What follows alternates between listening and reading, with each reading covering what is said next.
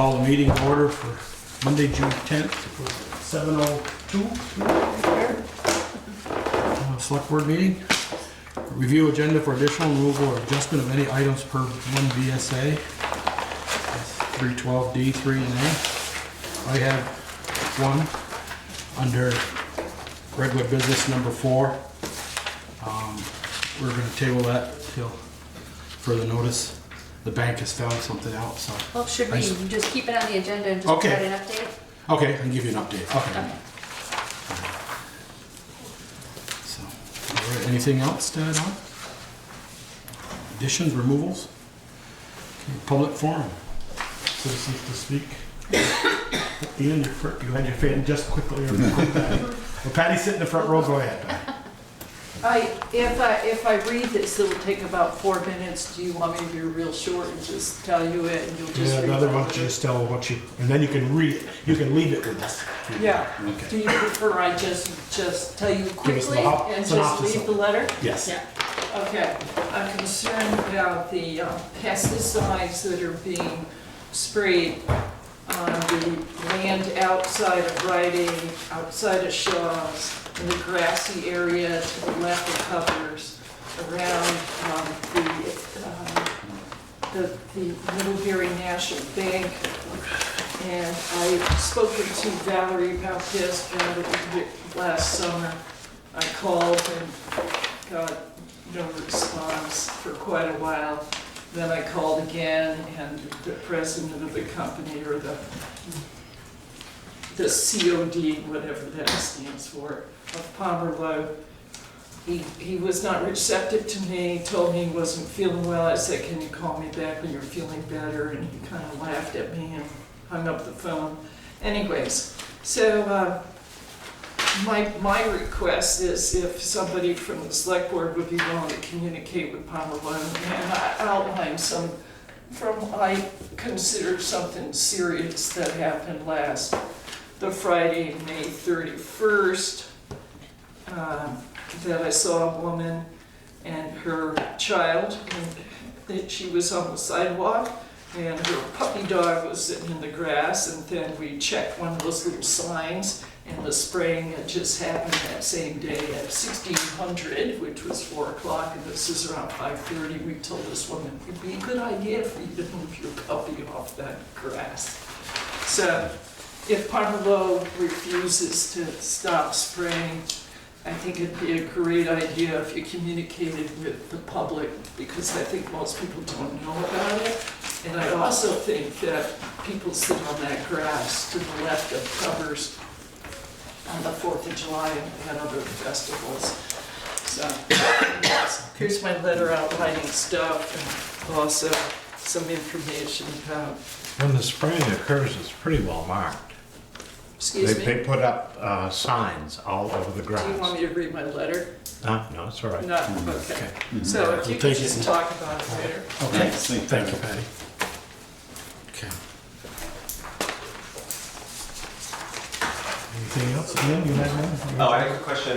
So on Main Street in front of hang on, brain's melting. The Bristol Cliffs, there's a lot of gravel on the road, and I was curious if the town has any ability to sort of clean that up a little bit before we do Pocock on Saturday. Like, we can get some brooms, but there's quite a bit on the road, and so I don't know I can't remember what the town has in terms of an actual. Fill me in again, that's the old. Bakery. Yeah, the old bakery. The yeah. old bakery. Okay, Yeah. bakery. I'm sorry. And the holes have been filled in, but I was just curious if the town has sweeping or cleaning ability with a larger machine. I can't remember if that's something that we hire out or. It is something we hire out. Okay. Okay. We could at least tell the public, Yeah. take a look at it. Yeah, that'd be great. Okay. That seems to be the worst area. I think because it's mainly those are where the potholes have been coming up and being filled in. Okay. Thank you. Okay. Anything else from the public? Okay, schedule appointments and public hearing for alleged dog ordinance violations. You know Travis Manning, Or any of the. Nancy Curley, or Mrs. Dees. Do we have anything in writing for? Well, what we have in writing is what was included in your In the packet. packet, right. We have the letters to show, or the initial complaints outlining the concerns. In the case of this current one, we received a letter from Matt Barron. He Yep. did call first thing this morning to say that he's not able to be here tonight. Childcare responsibilities, and I think his letter actually speaks for itself. I did not receive any response from Travis Manning. We did receive the signed acknowledgement that they received our certified letter, so they're aware of this hearing.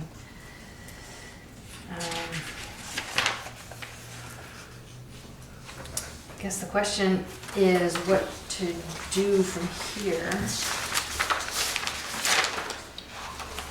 I guess the first thing is he's gotta get his dogs registered. True, Yeah. and I don't believe we've seen anything yet Yeah. about that. And the town does not, other than the increased fee after April 1, there's no other particular penalty or incentive for folks to get their dogs registered after April 1.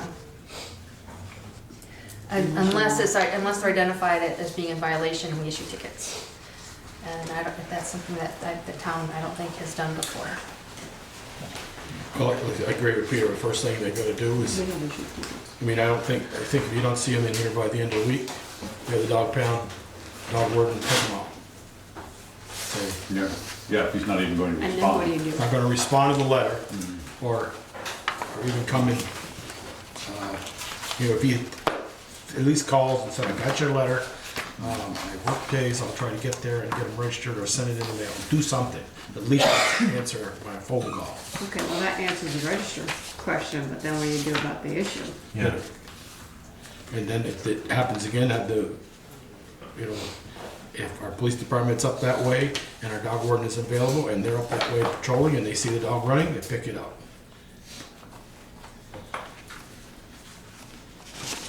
So register the dog by, Tomorrow.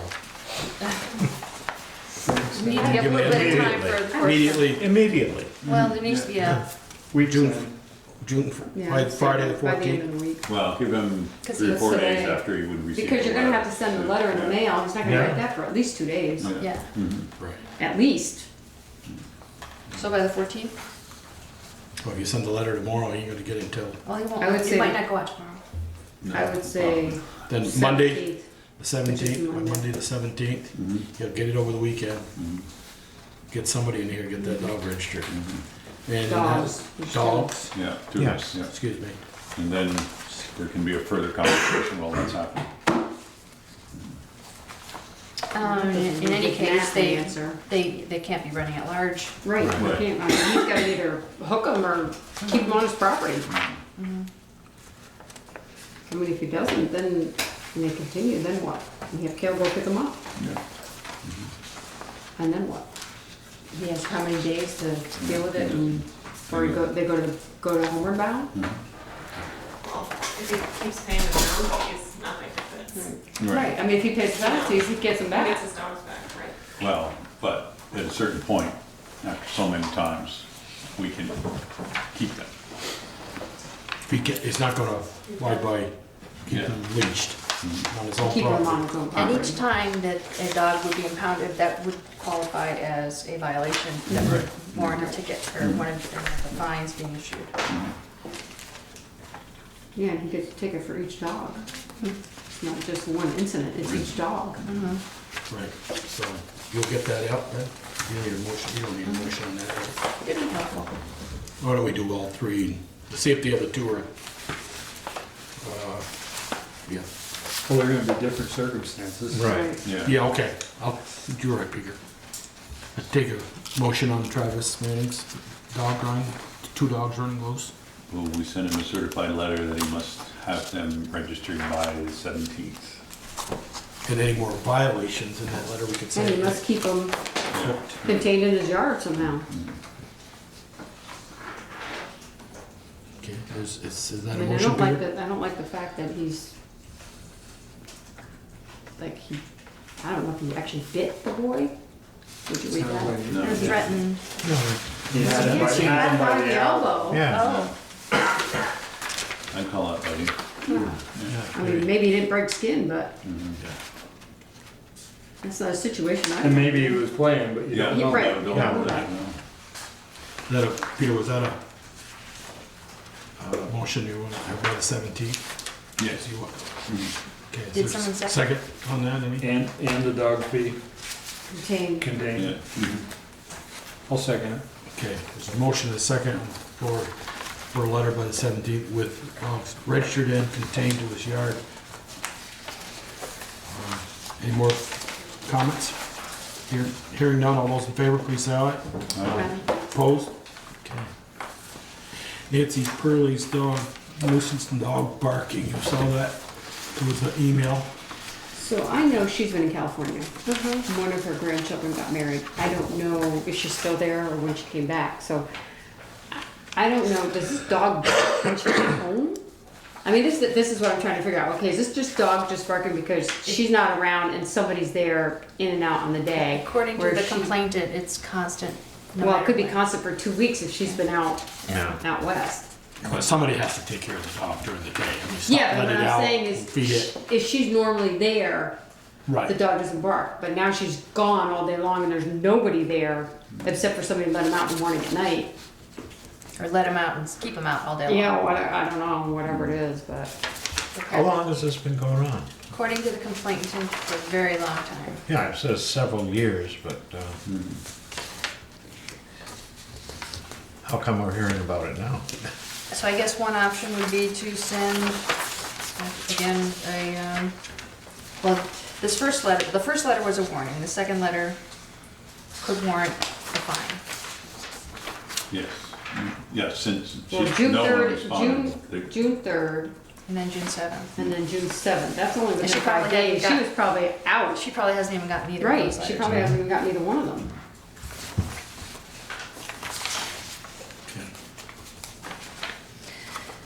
The other thing is there's a lot of dogs down there. Are you sure it's her dog? The complainant seemed quite certain. How come the complainant isn't here? I don't know. Okay. He's certainly motivated. You could ask these What- questions. So, what do you want? Do we I know don't know, I think how we long need- she's been gone? Yeah, Has it I been think we 5 need to days, find and gonna be out. back 2 weeks, or she's been gone 2 weeks and back tomorrow? or Right, I back think we need today? to find out how long she's been gone and at It least doesn't give her a look like- chance to respond. It doesn't look like her absence has anything to do with the barking, if the dog's been barking for several years now. Yeah. Well, then it says she got a different dog, and it's still, Well, and the it's still, different dog I'm still barks. barking out there, right? Yeah, just made a different sound. And they just moved in to a new house closer to her house. Uh-huh. May be more irritating. So need more information on this one? I think we need to at least make sure she's gotten a letter and she has a chance to respond. Did you send the first letter? You didn't send either one of them certified? No, I didn't have time to put out the Okay. So obviously we don't know whether she signed or someone else for. Because they didn't get, I think we sent a certified letter saying, we've had a number of complaints for a long, the neighbors have It isn't been. gonna change the fact if she's not home, she's not gonna get it. Right. Well, somebody has to sign for it. Somebody, that's where I'm Right, getting. word will come back saying Right. it was unable to deliver. Or want to wait a week and follow up. Well, it would be 2 weeks Right. before we meet again. Well, let's send the certified letter. Right. See what happens. Is that a motion, Peter? Sure, Okay. And maybe explain to the complainant what the deal is. yeah.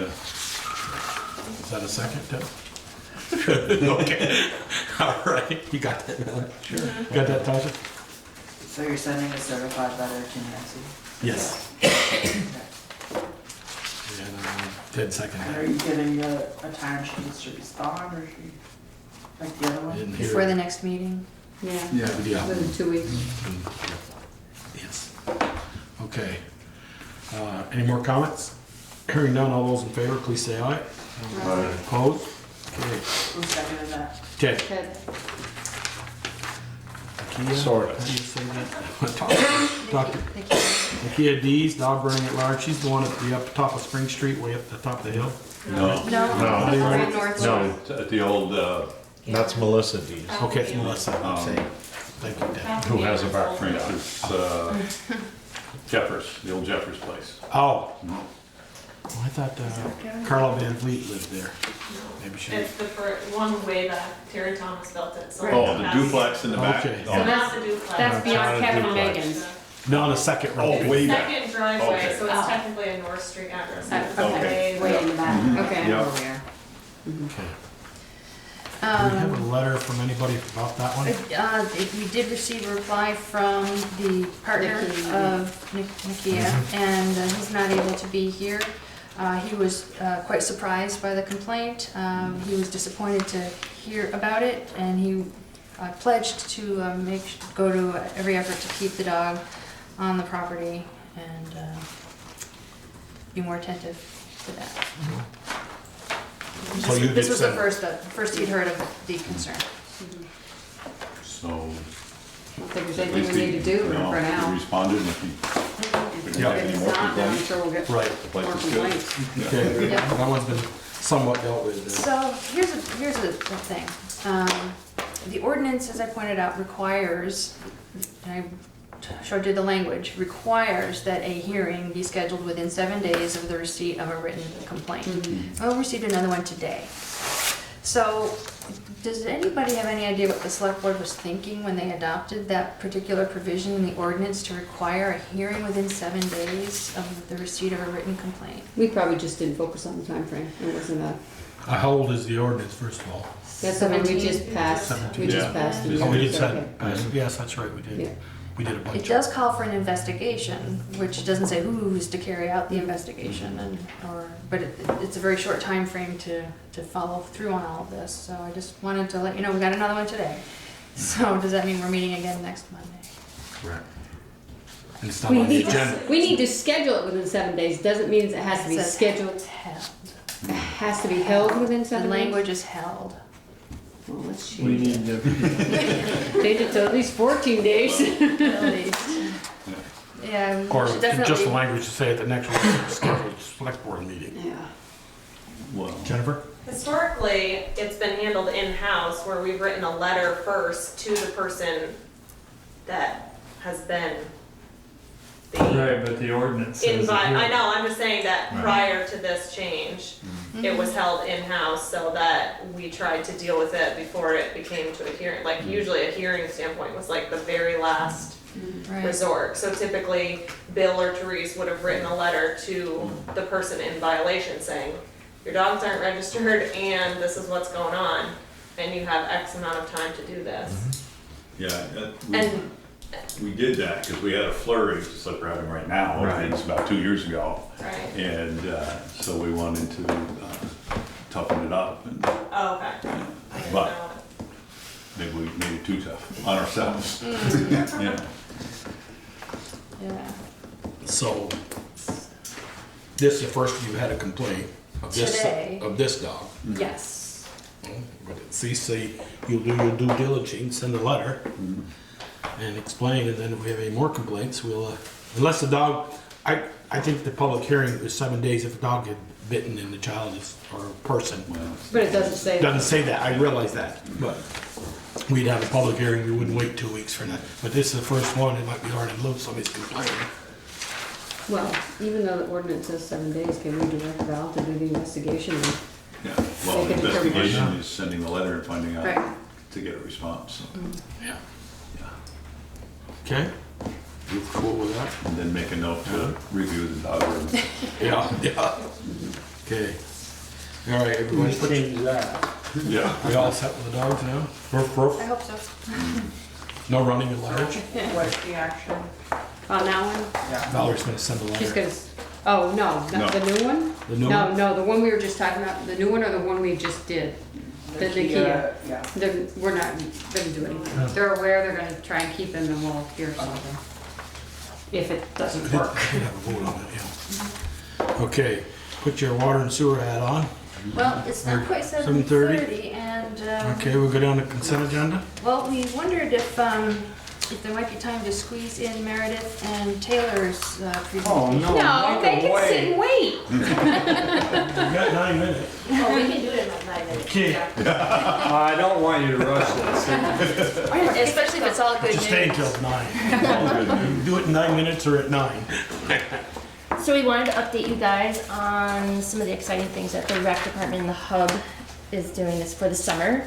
I want to let you guys know that we have taken on the summer swim lesson program from Mount Aid, which is great. Lucky you. Yeah, it is actually pretty cool. It actually will make up for STEAM camp not being with us this summer. So financially, so that's a great positive. We've gotten quite a few applications for instructors. I'm working with Jen on the paperwork process of having the instructors / lifeguards. And we're just gonna keep everything the same that it's been, just so we can see what's going on and make changes as needed. So that's exciting. Then also in the parks, been working with John. We cleaned up the park a little bit. There is some kind of tree that has some issue with it. I'm not really sure about it. And have done some quick maintenance on the playground, and have been with talked to Bobby Stoddard, and he said he was going to take a look at it and do some repair work on it, so that's good. And then the horse ring, I have people interested. Horse therapy would like to use the horse ring. I think that's a way better use than a dog park.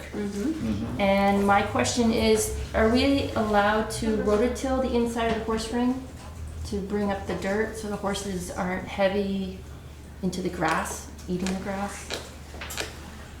Is there a board or a commission that oversees? No. It's us. We are it. My personal view on it is that, you know, when it was in the 70s and maybe early 80s, it was, you know, well used by the horses people, and you know, and they had riding lessons and shows during Saturdays, and to get it now, it's back to grass, and then maybe that thing with this horse therapy may not go.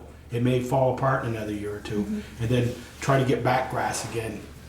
I mean, a lot of people, I've seen people over there in the evening bring their horse over and ride it in the ring on that grass. You know, we can tell the people to mow it down so they know the horse isn't supposed to, guess they don't want them eating that grass. Yeah, it just keeps their head down, and they're trying to work with disabled people on horses. So just that's just whole my notion personal of opinion. I just think it's, now Well, it was doesn't- never dug up. no, It just was around the grass. outer edge, It was just always- around the no. outer edge. It was always grass. It was Well, always- it wasn't even it was dug up. more It was of a- the horses digging it up. That's Yes, the way okay, around. They Michelle, made a yeah, path all the way around. Yeah. It's never been dug up, so. So my mowing guess- it tight sounds like that would be the best About your option. only Yeah. option. Okay. Yeah, I mean, as the horses go around, they'll wear out their own path, but, you know, the grass has always been there. Then it'll look more like a horse ring. Yeah. Right. All right, that answers that. Thank you. And have you looked at those posts just walking by Liberty Street? It looks Yeah, like there's a they're couple of getting pretty boards. tender. Yeah. Yeah, so that's Been on my many list. years since they put them in. Yeah. Oh, we redid them. Yeah. We had it redone How many? That was long. last 10 years. Really? Yeah. There's a few Yes, boards we did. missing. We've had to replace it. You check with Linda. Okay. Malzak, because I mean, I know I painted it or stained it, and we replaced boards with the 4-H did. And I don't know if they'd be willing to do it again. I know the 4-H in Bristol is, my daughter was the only member, so I'm not sure that there's anybody else there. But there may be money in their account that they'd be willing to do that. I don't know that. Well, You'd I've have to been check getting with Linda or interest, Shannon. so having the interest is kind of nice. But yeah, so that's what's exciting for the rec department area. And Taylor, go ahead. So far we have going on for the summer is we're going to be doing a hub camp.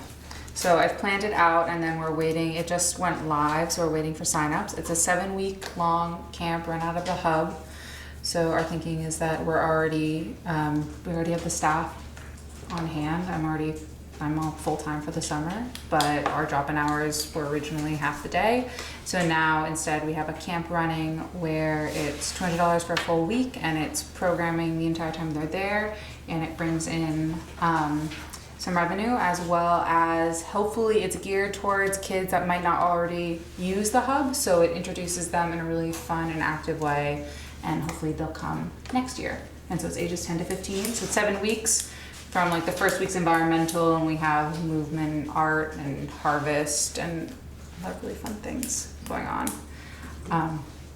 So we're excited about that. We also have a concert series that we're starting out for the summer. So we have the Griff that's going to be playing here at Holly Hall in July. And so they're confirmed. We're going to have Hogback Mountain pouring. We're going to have them get their alcohol license so they can pour here as well. And their Lucky Star is going to be serving food as their caterer over at their poorhouse. And we're also going to be doing we're going to be doing a free concert in we're going to be doing a free concert near the hub that's going to be a surf rock theme, and it's going to be alcohol free, and it's going to have our plan is to have fun water events and a barbecue and things like that at the end of the summer to thank everyone for doing all the summer camps and to kind of end the summer on a really fun note. It hasn't started yet, Taylor. Don't put us The summer? to the end yet. It's going, no, but it's I know going it'll to be be here so before we exciting. know it. It's going to be great. It's going to be to look forward to. I guess, and enjoy the entire summer the entire time. So we're really looking forward to that. And then we also, so I wanted to make a request for fundraising. So as you probably know, or maybe it's not on your radar, our budget, so our food budget historically for the hub has been $2,500 every year. For this coming year, it's $200. We provide food every year, and so that was the last director who wrote the budget, cut it down. I think some plans that he had are some. But these didn't are the grant pan out. that paid for all the money, for all the food. There used to be a grant that paid the food. Isn't that right, Jen? Wasn't there a grant? Well, they do have grants, but, I mean, if his intention was to write for more grants, I don't know what the intent was. We spent plenty of time brainstorming in my office together with Meredith and, Taylor, talking about the different grants we had historically received that were food grants. And she is, I'm gonna let her finish her thought process here, but she is being super creative in trying to figure out next steps for food options. So what happened with the grants is I started right about when all of them ended, when our period of time to apply for them ended. So things we've been doing instead is we've been connecting with Hope over in Middlebury, because they're going to be donating food every week. We've also connected with the Bristol food pantry and started to receive donations from them again. We were in the past, but that stopped, so now we're starting again. And one of the goals, so why I'm asking you what I'm asking for is my plan is to get a CSA for the summer and throughout for the winter, actually the fall and the winter. What I would like to do is I would like to run a fundraiser out of the Bobcat Cafe where they provide on a Wednesday night, they donate 20%. But I need permission from you guys so that we can, because revenue right now, we have to reach $5,000 in our revenue stream. And then we have an overflow account. I would like to divert for that one day the revenue we pull in from that fundraiser into an account specifically to pay for the CSA, and then anything over the cost of the CSA will go into a revenue line. So that's a request I'm making. Okay.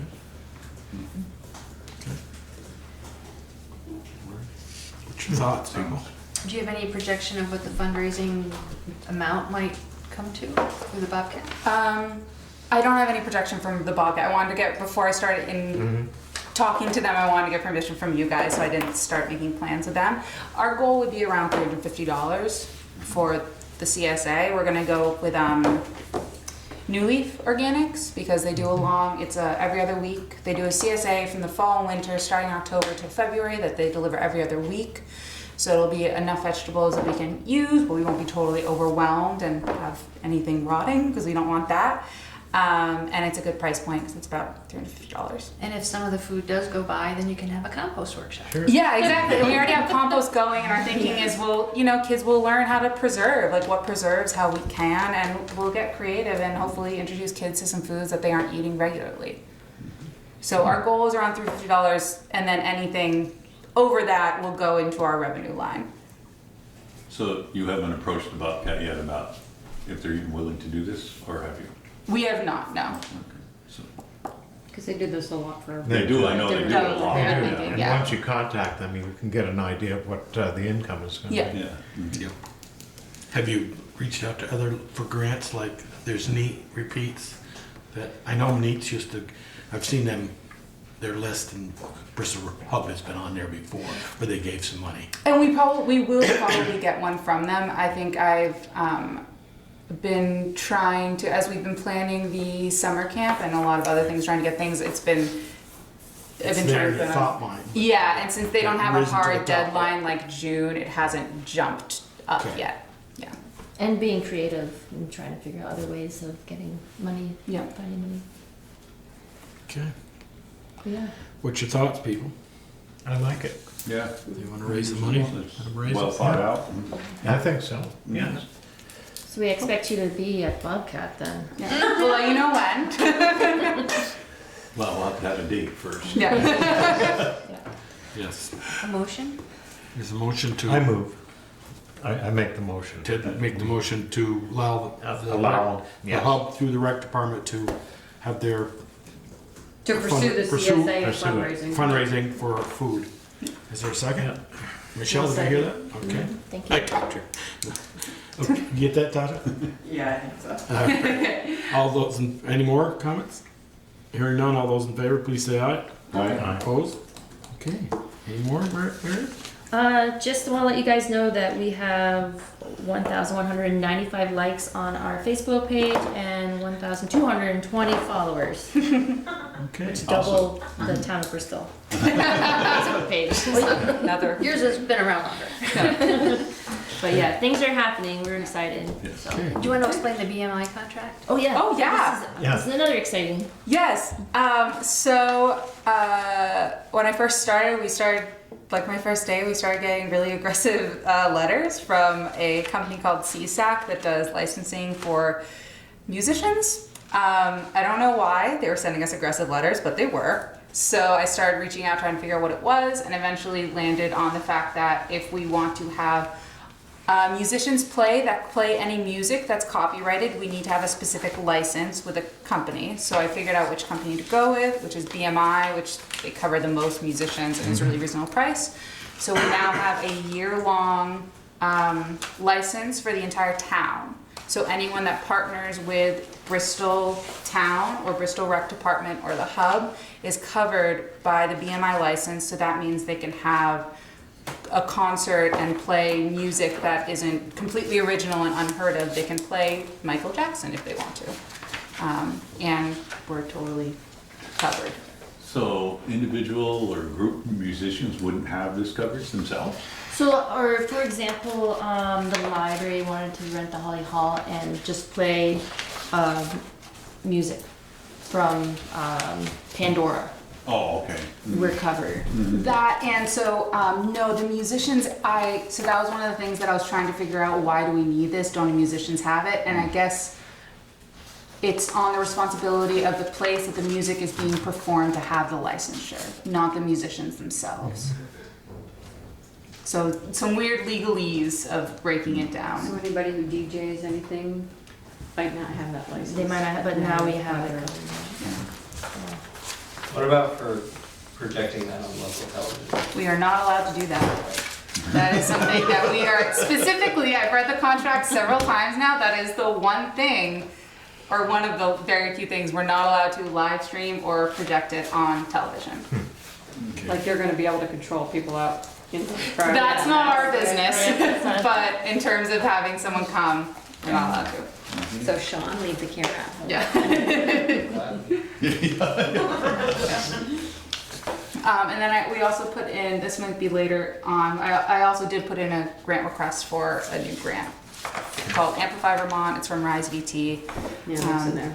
Yeah. Consent Yeah. agenda. Yeah. Okay. Yeah, that's it. Thank you guys. Awesome. Thank you. Thank you. I'd like to take a minute to praise you guys for the excellent work that you're doing. Excellent. Thank you, Ted. Thank you. Very good job. We're having fun doing it, Yeah. so. Good. Makes it easier. Yes. Yeah. And there, of course, the lifeguards and them, they'll go through, they have to do a fingers Yeah, so all that stuff will Background have check. to be taken care of, yep, and I'm working on that. And we have a refresher course on June 18th, right after school closes. So that's paperwork, that's where I'm gonna get all the information and also be able to get them, figure out a schedule for them to get fingerprinted. Okay, So, thank you. on schedule for that. Tasha, we've been over your Vista. I Oh, yeah. got a motion to No, second, that's just Michelle cool. and Ted. Yeah, Ted and it's a Michelle. win-win. Did we vote on that? I thought we did. No, we haven't. that what? voted yet. Did we vote on? On the let 'em- CSA? On the CSA and stuff. No, I'm pretty sure. Yeah, we did. Yep. I thought we did. Yeah, I thought we did. Kinda grunted. Okay, thank you. Thank you. All right, now we'll, Back. 7:30, public hearing, Water and Sewer District Annual Meeting. Review of the operating budgets, capital budgets, and upcoming projects. Consider adjustment to rates, potential ordinance updates, and general issues. Come right up. So a lot of information was included in the select board packet and posted online. This is the water department one, and that's the score sheet.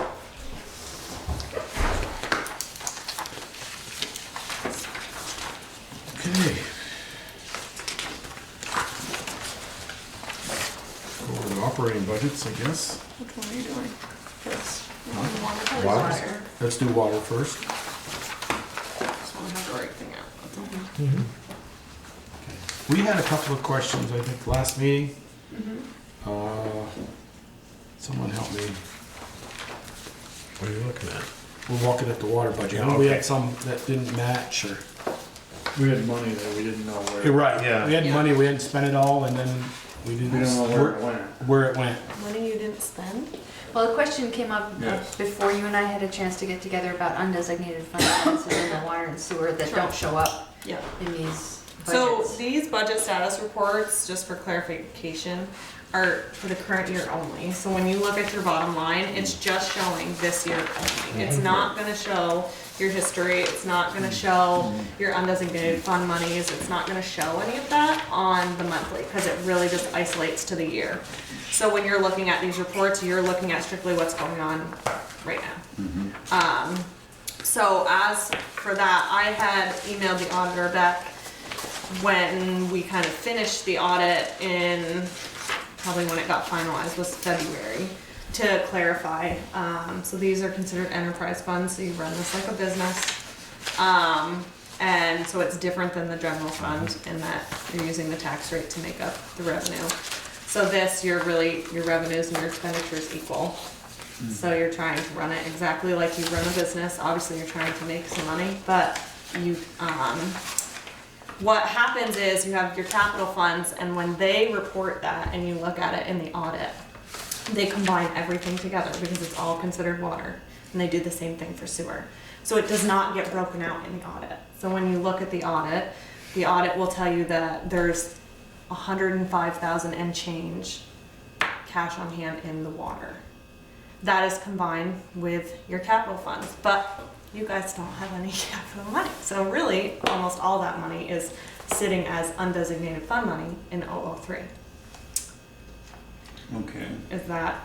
Am I going too fast? So, there's $105,000 from past years Yep, that's available as undesignated. right.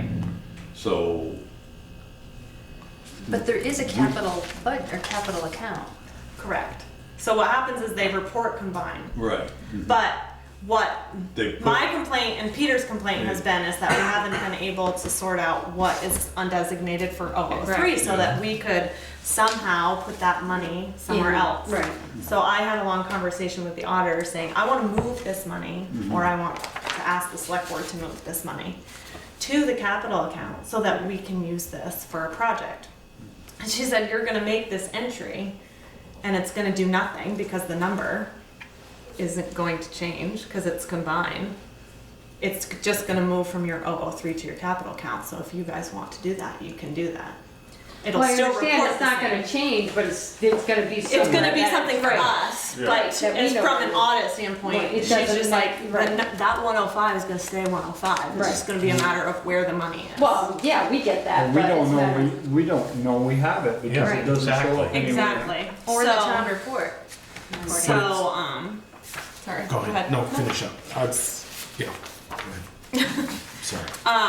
So with that knowledge at this point, since we're trying to clearly establish our capital funds, so that maybe we can get a completed project or a portion of a completed project done with money that we have saved. Unintentionally. Right?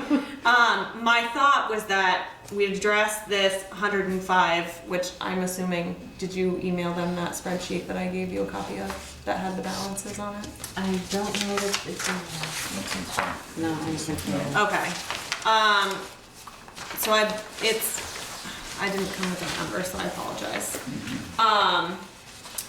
But I would like to say that we'd move 85% of what is in 003, leaving 15% not You said in 2003 money?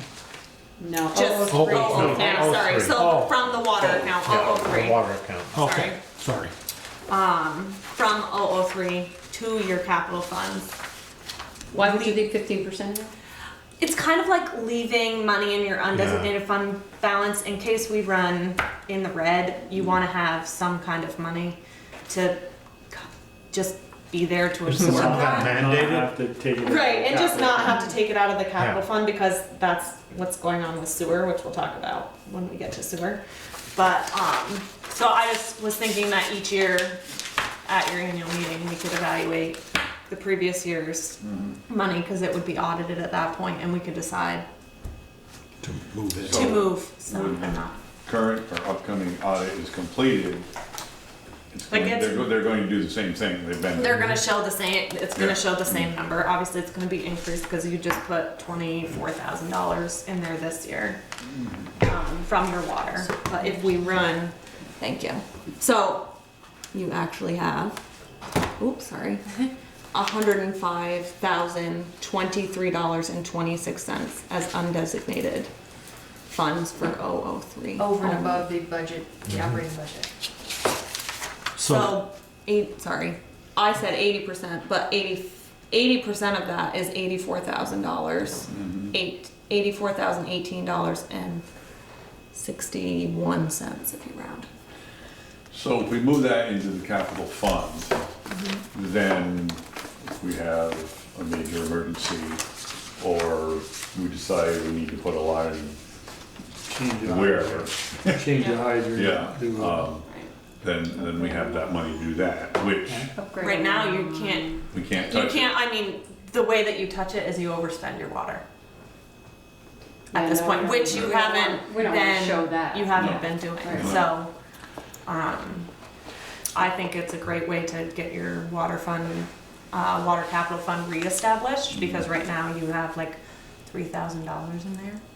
so Jennifer, what I was gonna ask earlier. Yep. So this undesignated fund balance doesn't go in with our whole budget at the end. Nope, It's it's just because totally it's separate. undesignated fund water is just its own It's its water. own money. Okay. Sorry. Its own money like the sewer and the police. Correct. Right, Because that's No. only so many users. correct. Right. Yep. Can I ask a So, question on the water, I'm just looking at this water budget. yep. The Sugar Woods revenue, are we not getting the balance of that? So Bill, who's the other gentleman? I know Don Gale Don does Gale. the taps. Who has the tank? Bill Bill Orvis. Bill Orvis. Orvis, thank you. I'm looking at you because you've been here the longest.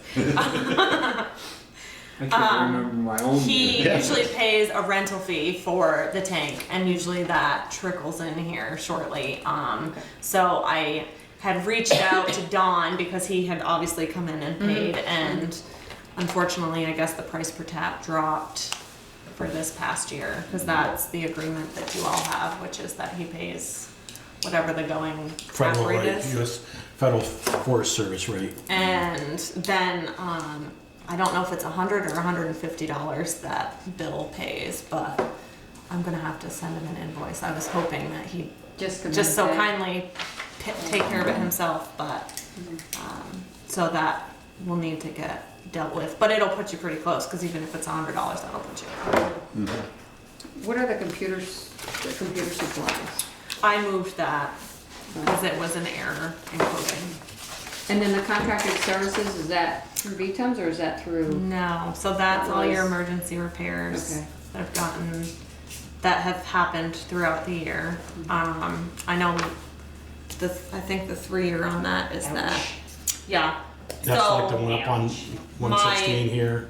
The leak on 116. Pine, No. the one down by Sergeant. Mountain Street, Sergeant. corner of Elm and This would be- Taylor. Yep, 2 on Mountain Street and the corner of Elm and Taylor would be in this fiscal year. And Um, maybe the hydrant, did you put that in Yeah, there? probably any, like, if we had paid, for the equipment from the highway, that bill would have gone in there, Okay. which we probably would have. Okay. So, that's why I kind of, Peter Ryan his 2 cents on it are that, he would like to see that those emergency repairs come out of the budget, because he feels like they're really not necessarily a capital project. Right. It's Good just point. his opinion, but he feels like that's kind of what's happened to the capital funds, is that we've had these emergency fixes and then we haven't charged it to the budget, we've charged it to the capital fund, and now we can't accomplish a bigger project because I we're agree. patching holes here and I there. agree. So, that was a conversation he and I had at one point, was just that he'd like to continue to see emergency fixes come from the budget, so that you actually know So then, yeah, what you you're have, spending on fixes. right, you do. So, but if we were to do that, we'd have to increase the budget and build that in. Which is what Which is an unknown. I had done. Yeah. So when Valerie and I had worked on this, and the 3 of us sat down last week, I had said, I think that you budget $35,000 for it, in hopes that we don't use that money, but so that it's there. I mean, I hate to be System. negative Nelly, but System gets older every year. I mean, things just happen. Yeah. It's I was just thinking the way at least, that I was it thinking goes. at least 30,000. So, I mean, Yeah. that's a number that obviously could change Right. based on But, your yeah, all so good. decision, but based on what we spent right now, that's accurate. That's what we- 35,000, It's what we you've spent right in this- now, in this fiscal 34,700. year. You Yeah, get one more So- month to go. yeah, well, 3 weeks. Well, no, this was 2, Oh, well, yeah, a month. Yeah. this is based on the month of right, yes. report, Yep. 11 months. So, but again, that's a number you all could change. So basically, the budget's going up almost, well, 4%. 4%, yeah, 200. That's gonna require a rate hike? Yeah. I mean, basically, what I did is I just went Average through and homeowner. plugged in all your, Average homeowner, how much will that be, you think? Are we gonna need a rate increase with Woodlands going on? Yeah, that was the question I had as Yeah. well. well, so you guys, Valerie told me that you all made a deal that she gets to hold her rate for 10 years. Yes. Yes, but it's still going to increase outright. It is, so, you'll still need an increase. If you, so, I don't remember agreeing to that. Oh, yeah, you did. Yeah, The Back in 10 March. 10-year, Just on the water. what? Just on the water? She asked for property stabilization Okay. too, and you said no to that. Okay. so we're almost done, or Jill's like halfway done doing reads right now, just enough. 51%, yeah. So she's only been on for 1 read so far. So this second read will give a pretty accurate, I mean, it'll at least be 2 times over a 6-month period. So it definitely is gonna make it, but I guess if you're looking to cut, you'd have to cut from that contracted services line or your capital line, which I just bumped up $200 to make it 25,000 even. Those would be the 2 places that you could take money from if you weren't interested in doing a 4% increase. So, the water rent revenue that you've got in here, that is the Includes. 4%. And that includes the 4%, yes. Yeah, and so we've got to see how close we can get to that with the woodland. To see, Well, I mean, that would include her. Jennifer, I know, I understand that. Oh, okay, But sorry.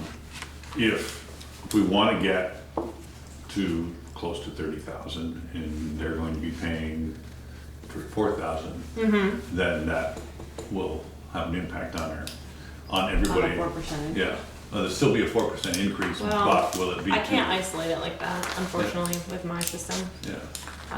Or else I'd have to pay a significant programming fee. No, I understand that, but if we just know that we're going to be taking in X thousand dollars more than we did in this fiscal year or the previous. Right, so I guess at this point, the next read will be somewhere between 68 and 70, which will be finished here in the next week. So and this- I'll be able to tell you next meeting. this water rents, Because you still have one read left to do, Right, okay. and that's in the budget that you're looking at. Or the- but this water rents is almost 215,000. Right, and that's only three reads, so I have a fourth So one to do. we're projecting a budget of 267,000. Correct? I see on the back page? No, that's, No, I don't know what that is. 302. 302 total. That's the current. Okay, I'm sorry. you gotta go down. Get the one that says 4% increase on On it. the top. Okay. Right there. So right in front. Oh, sorry. So building overhead and maintenance you guys put down, is our maintenance and overhead going lower? Well, I think they've been so kind as to withhold from continuing any building maintenance due to some overspending in other places. You can speak more to that than I can. So there is exterior patching of a door replacement to do. That's not being required by the state, and it's gonna end up being probably $4,000. So we're just kind of like, It's a steel door? Patching it? Steel door? yeah, we're just functionally, we're fine. It's not pretty, but we're functionally fine, so we weren't gonna, knowing that there were so many repairs this year, we weren't gonna. I got two of them over home, if you'd like, come get one. Two steel They're the doors. right size. They're 3068s, I don't speak in contractors. 36 inches. That's a standard steel door. I'm like the, Tell Si to I'm come like the see you. measure. Tell him come see you. Okay, I okay. got two of them, Okay, good. steel doors. Yeah, I mean, if that would work, it's the ones on the front of the building on the right, and then it has all this like fluffy stuff filling in some rotted cracks. Yeah. So again, it's not causing a functional issue, it's just really ugly. Yes. We don't do a lot of tours of the place anyway. No, but I'd be willing to. I've been showing Vermont Rural Water and others that have come to town to do some complimentary services. It's a nice little system. So Jennifer, Yeah. so back to this first one before the 4%. We've taken in three reads, 200, let's call it 215,000, it's $32 shy. Yeah. And you think this next read's gonna be 60,000? 60, I think I calculated out to be like 67. I think. So- Hold on, Sorry. Do we, Putting that together divided by 2. 215 divided by 3 I already did, and then I times it by 4, which should bring you up to 286. So if we divide could that we by 4, put the water rent not at 286, but we got it at 252, could you go to 265 there? show me what you have wanna in the drop budget. No, she's No, got revenue, take it in. 296 So on the now you new want Oh, to switch sorry. pages. Yeah, No, current, I'm sorry, But she brought 296, oh, in- okay, you're right on. 2 more extra Yeah, livable you're right on, apartments with in the- there, because she knows there's only Okay, I see 2 where in you're that getting at, projected 302. number.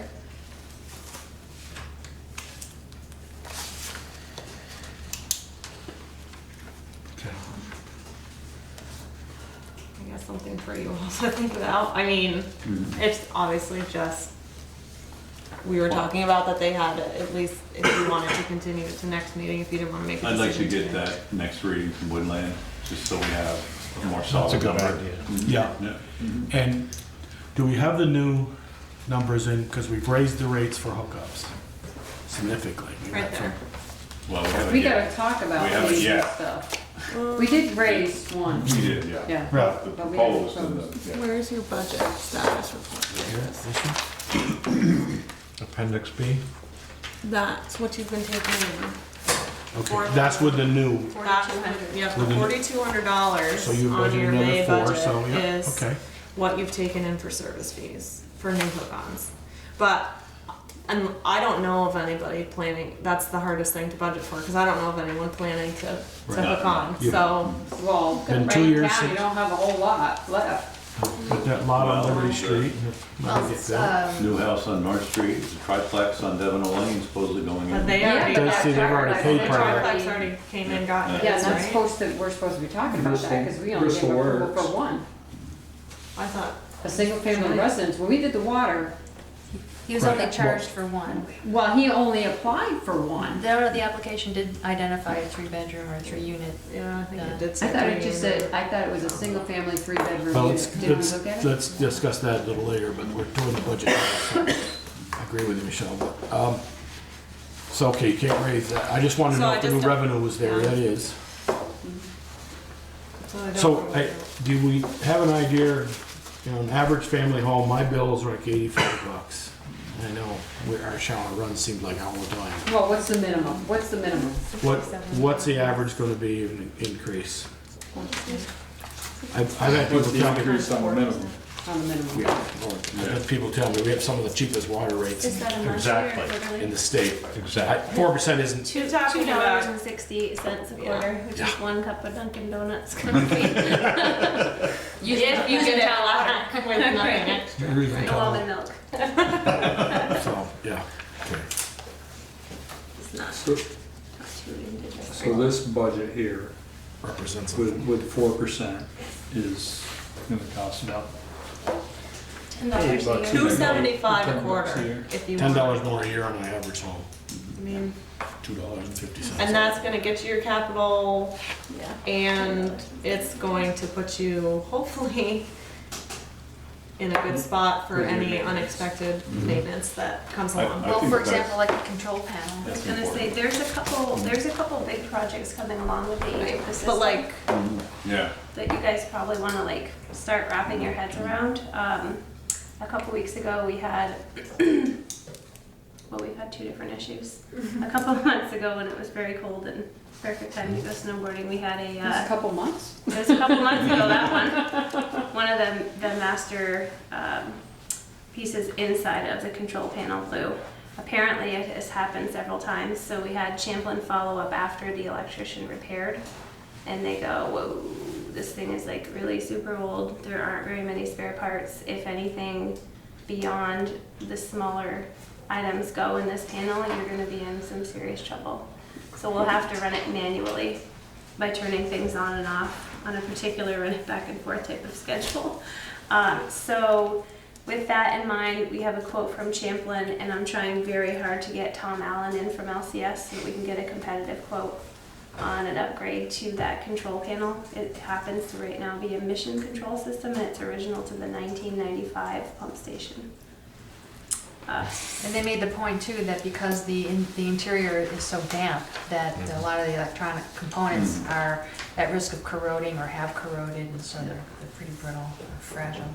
Yeah, so that's kind of like a piece. Another piece you should know is that the spare high lift and low lift pumps this year in this budget have been rebuilt. So we have actually a spare perfectly ready to rock for each, so we can get the water from the spring box and we can get it up to the reservoir. So that's really great. They've been rebuilt by Roger up in Lincoln, so that's done. The other piece is the generator. I was looking in the asset sheet and it was saying that it was 2010 and a 15-year, so we had till 2025 to replace. And we've been having issues with that generator. It's very loud. But besides that, it has moments where it will fail, it will pop the breaker, etc. So thinking it was, what do we have? That we were like 9 years old, but we're not. We're actually 24 years old. It was original to the facility. It's also 1995. So there's going to need to be a generator upgrade at some point. Valerie and Jen are going to keep their eyes open because you can possibly use emergency management grant money for something like that if more programs come out. There was some a couple of years ago that was like a 50% grant. So it's just kind of like keeping our eyes and ears open. We've asked Brookfield Service to give us a quote for one more set of repairs, and on the switch that was failing us this last time. and what it would cost to replace the generator, just so that we can like have an idea of how to plan, how to budget for over the coming years.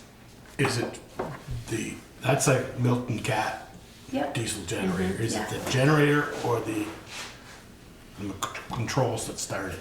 Because we have a Milton Cat just like it. It's ours. We bought it in '95 or '99, and it was used then. And My understanding is Ours- the components work together. it ran 4 hours last week So the because electric GMP panel- shut our power off for 4 hours and did the trench digging around our. Yeah. And The Thursday before but last. we had ours all new switching station and new things put in, but the generator itself is still. And it's still cranking along just Oh, fine. yeah. Okay.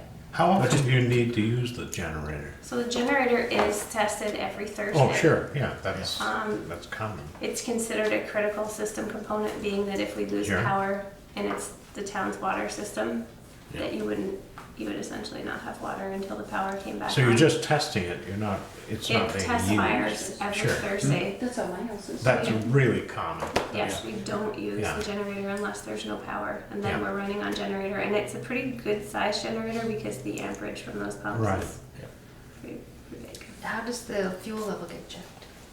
I think Cyrus checks it on a monthly basis, and then every year there's a service that's done to change the oil in the filter and check on all these other things, and that was what they were doing in Replace the May. They batteries. came to us. Replace the and batteries on them. Mhm. Every 5 years, we have to replace ours.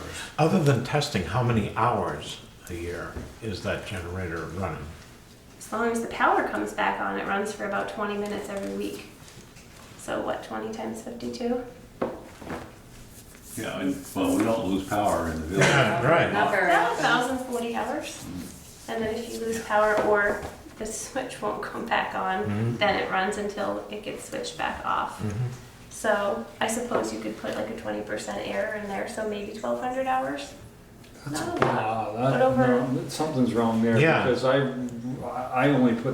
put that many hours on my equipment through the summer, and they run a lot more than 20 minutes once a Yeah. week. divide your number by 60, Is that what I'm doing wrong? right?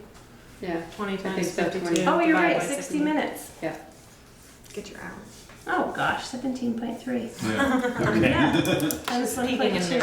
That does sound like a huge, Yeah. huge That's number. not- That's wait a minute. This is 20 minutes a week is, Times I know I work more than that. Yeah, so, and there was a report that said I had run 1,400 hours to date, but I don't recall. It doesn't have an hour meter on the air. so- I Yeah. think it It does. should I have. just need to should have. probably look at it.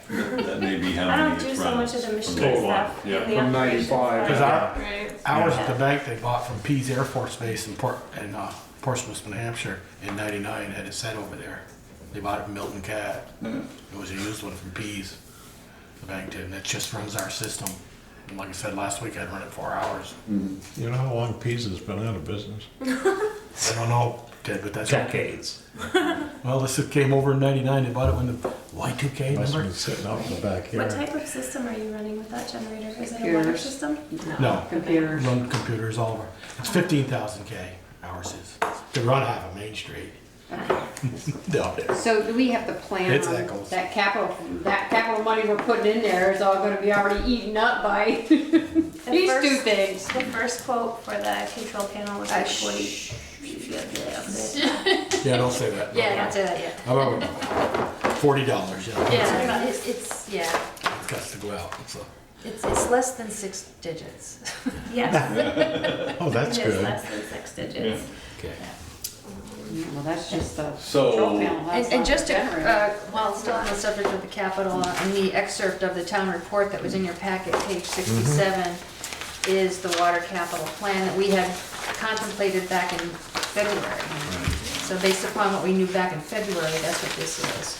But obviously, our information has continued to evolve, and that focuses on replacing hydrants and meters. We did the high lift and low lift pumps. So, I guess, what do we got? Probably, we did all sewer district For what meters? for meters. Right now, we're just kind of on we've we're just kind of on a, it's not working, let's try to get it fixed, or someone's moving, or someone just moved in and complained that they think their Right. water, but like, so we're just kind of doing it on an as-needed basis versus a really trying to tackle We're gonna do, our goal Yeah, was one whatever time the, in 5 years, the goal was. all of them in 5 years, 20% a year. But mean, did we, our goal did we was, buy them all? oh, what we were told was, oh, they're, and this wasn't from VTUMS and or SOS, it was told by the manufacturer, once they get 20 years old, they lose their credibility, Accuracy. accuracy. But They did we, won't overread. but we Well, didn't they're see not that supposed with the to 50, the 50 or so we replaced on Main Street, we didn't see that. Right. I We're mean, still getting about the same reads, amount of gallons they're using, I should say. my opinion of it would be is that we've tackled the ones that we're not reading. I think there's like 2 left because these people will not respond to us. But Go over and go. Cyrus has done a great job of like seeing a car in the driveway, pulling in, throwing on his water They vest. respond, you shut their water off. And so he's done a great job of tackling a lot of the people who don't respond by letter, by just kind of by chance seeing someone home during the day. It's 4:30. He's on his way home. He sees somebody as he's headed out of town. So he pulls in and introduces himself. And most people just don't check their mail and don't respond to those things because it And I really think they isn't. check it, they just say, oh, I gotta call them and get Right, busy. well, that's what I and mean, forget. as far as I they figure just you don't get busy and you respond. forget. So he's tackled almost all of those. So everything else, like everyone else's meter is reading progressively. So maybe I guess I don't know enough about it, but I wouldn't think that if it's progressing, that we're missing out on We don't have it. water. Control. If We it's just- we progressing can't forward, tell. but we wouldn't be able Can't to tell. tell. That's I a guess. violation. I know I was looking at the water audit when we were applying for one of the leak grants from the state, and I'm still wondering where the rest of the water's going. But that was gonna be my next River. question, what's There's our about 50%. 50% still? That's what I was seeing in the numbers Still. from Peter, so I'm like, where is it going? I don't know if there's leaks in places that we just can't see, that we can't hear, that we can't find. Well, I dug up radio cracks that have been leaking for years. Right. It You just know, drains so just- well. Yeah. We know that. 1905. Keep that in mind. Yeah.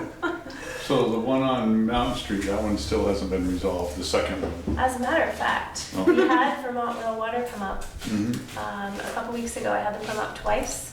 The first time with Diana, she ran a correlator from the bottom of the hill to the top of the hill, and then from the top of the hill back. She couldn't see any leaks in that space. And then we had Paul Cicito come, I think it was just last week, maybe the week before last week. He also listened for leaks. We looked, there's no water surfacing anymore. I can't even get a chlorine residual, so I think we're fine on the downhill side of Mountain Street. We did, however, find one to the right of the community building, the building that has the several homes that's tan. Pleasant Hills. What is that called? Pleasant Hills. Yes, Pleasant Hills, so there is one there. There's a valve box at the top by the road. It's tipped like this down the hill. And at the bottom of the hill, there's like 4 or 5 puddles of water. Valerie actually saw it when she Oh, I she thought was that on was the just walk. stormwater. It was- No, so it has a chlorine residual in like the 0.2 range, 0.22, 0.24, and everything is pointing towards, somebody hit this valve box, it probably broke something that's at the bottom. We've ordered the parts, we just need to get ourselves wrapped around scheduling a dig, hopefully with the town crew to keep it really cost effective. So that's a good one. Paul also went over to Maple Street since we have water kind of surfacing right in front of the nursing home. And there's a kind of like 2 dips in the road. They're not valves. I thought for sure I'd put the metal detector and find valves. They're not. It's just, it looks as though it's a previous repair. I checked the service to the left of the dip. I checked the service to the right. We can't hear any leaks. He correlated between the 3 different hydrants because you can't clamp off on valves that don't exist. He didn't see anything, but he thought maybe there was a leak further up Maple Street. So what he wants to do is come back when he's heading in another area and just pop the correlators on in the middle of the night when everybody's sleeping. Like put them there, put a delay and run it at 1 a.m., 2 a.m., 3 a.m. then see where does he see it. So he measures the distance from each item that he puts the correlator on, puts the type of material, and then on the program he can see where in that line the break is, because he'll see a peak and it'll have a distance to it. So that's what's coming Pretty from Paul. accurate. Yeah, and he's like, man, I'm seeing it that way. So he wants to come when everybody's not using their water in the middle of the day. I'd like to see him do that over on Pine Street between the hydrant on the corner of Pine and Liberty Well, if he's gonna come, may as well. and the one between Munsell and Pine. Those two hydrants. That water spot right in front of my neighbors. I saw them doing a read. I can see some giant puddles, but it's rained so much that I kind of want I to. don't know whether it's just what it is, but, Yeah. because they did 3 repairs there a number of years ago, within a month or two, right in there. See, and that one is on the list of kind of the top projects to pursue. Well, they want to do Pine Street, yeah, It's that's, Pine Street, so it's kind of like you almost don't want to, right. you Put know, too much money spend into it. $5,000 on a leak repair if you're going to maybe spend, you know, several $500,000. $100,000 repairing Right. that entire stretch. Yeah, right. On But at least you could say, we got a leak there, and that's part of that 50%, that's still not, whoops. that would be really nice. Well, that one that showed up on the end of Maple that time, that was it was a 3-inch galvanized line and nobody has any idea where it went. I mean, it just all of a sudden. We thought it went maybe to the office of the old Drake Smith, into the old Drake Smith complex. That was a hole we had out that night. Okay. So Okay, do we wanna, this does include this proposal does include a new hydrant to be put in front of merchants, coincide with Eric's project that he's got going. I just soon budget for that instead of taking capital money. I'd like to see one hydrant budgeted a year. We used to, years ago, 2 or 3 a year, Peter, they'd replace? What, yeah, but I don't think it's as critical as this. No, I don't think so, because we're catching, but Yeah. we still got a number of them around. Yeah. There's not very many, they don't have steamers on them anymore. No. The one at the top, well, that one was replaced, that one at top of Mountain Street, there were 3 2.5s off it, but now there's one with a steamer.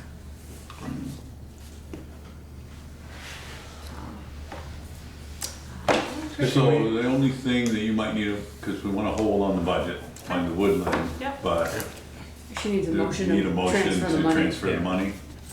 And if you just wanted to say a 85,000. percentage, Yeah, whatever. or A if you want to do a percentage of what's there, Yeah, I move 85,000. 85,000 even. Seconds.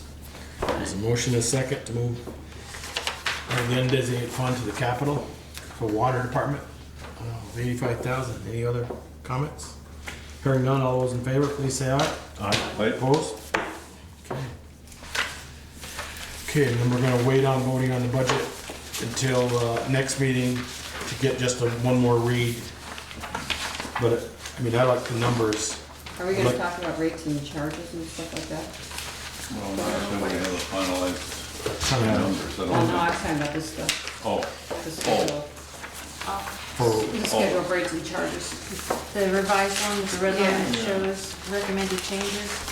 So that recommends it reflects the 4% increase plus increasing the hourly rate from $25 to $40 to coincide with the current operator fees. And one of the other things I think that might be noteworthy is that it suggests that the $500 connection fee applies to each new account, not just connection. And I think that's where the disconnect, no pun intended, may have come from with the Devon Lane one, because that might have been viewed as one connection, even though it might be 3 separate accounts. oh, okay. So this would clarify. And in the same instance with, on North Street with the recent connection there, just the curb stops that were installed, we had talked about, or there had been the suggestion that maybe some of them could have been consolidated and then split off at the curb stop. And in that case, there might have been one connection to the water main, 3 separate lines branching off, and in which case that $500 fee would apply to each of those separate lines. So this would clarify that that's the intent. if That folks is agree. the- I think I'm a little It is, confused. So each separate line is gonna be a $500 connection Right, fee. right. Yeah. Even though there might be one connection off the main, but it might spread off, or it Right. might. Cross the road with a do a Yeah. 4-inch tap across the road and then split Split off. off, right. Split To do a development. Yeah, so each one of those, each curb stop is $500 for new connection fee. Yeah, Woodlands would be a perfect example. Right. Yeah. If they were all separate accounts, if they weren't being paid, Paid if by they one. all had separate meters. So about my only question on these, like reconnect fees and disconnect fees and whatever, why don't they match the sewer? Why aren't the sewer disconnect fees and the water disconnect fees the same? don't know.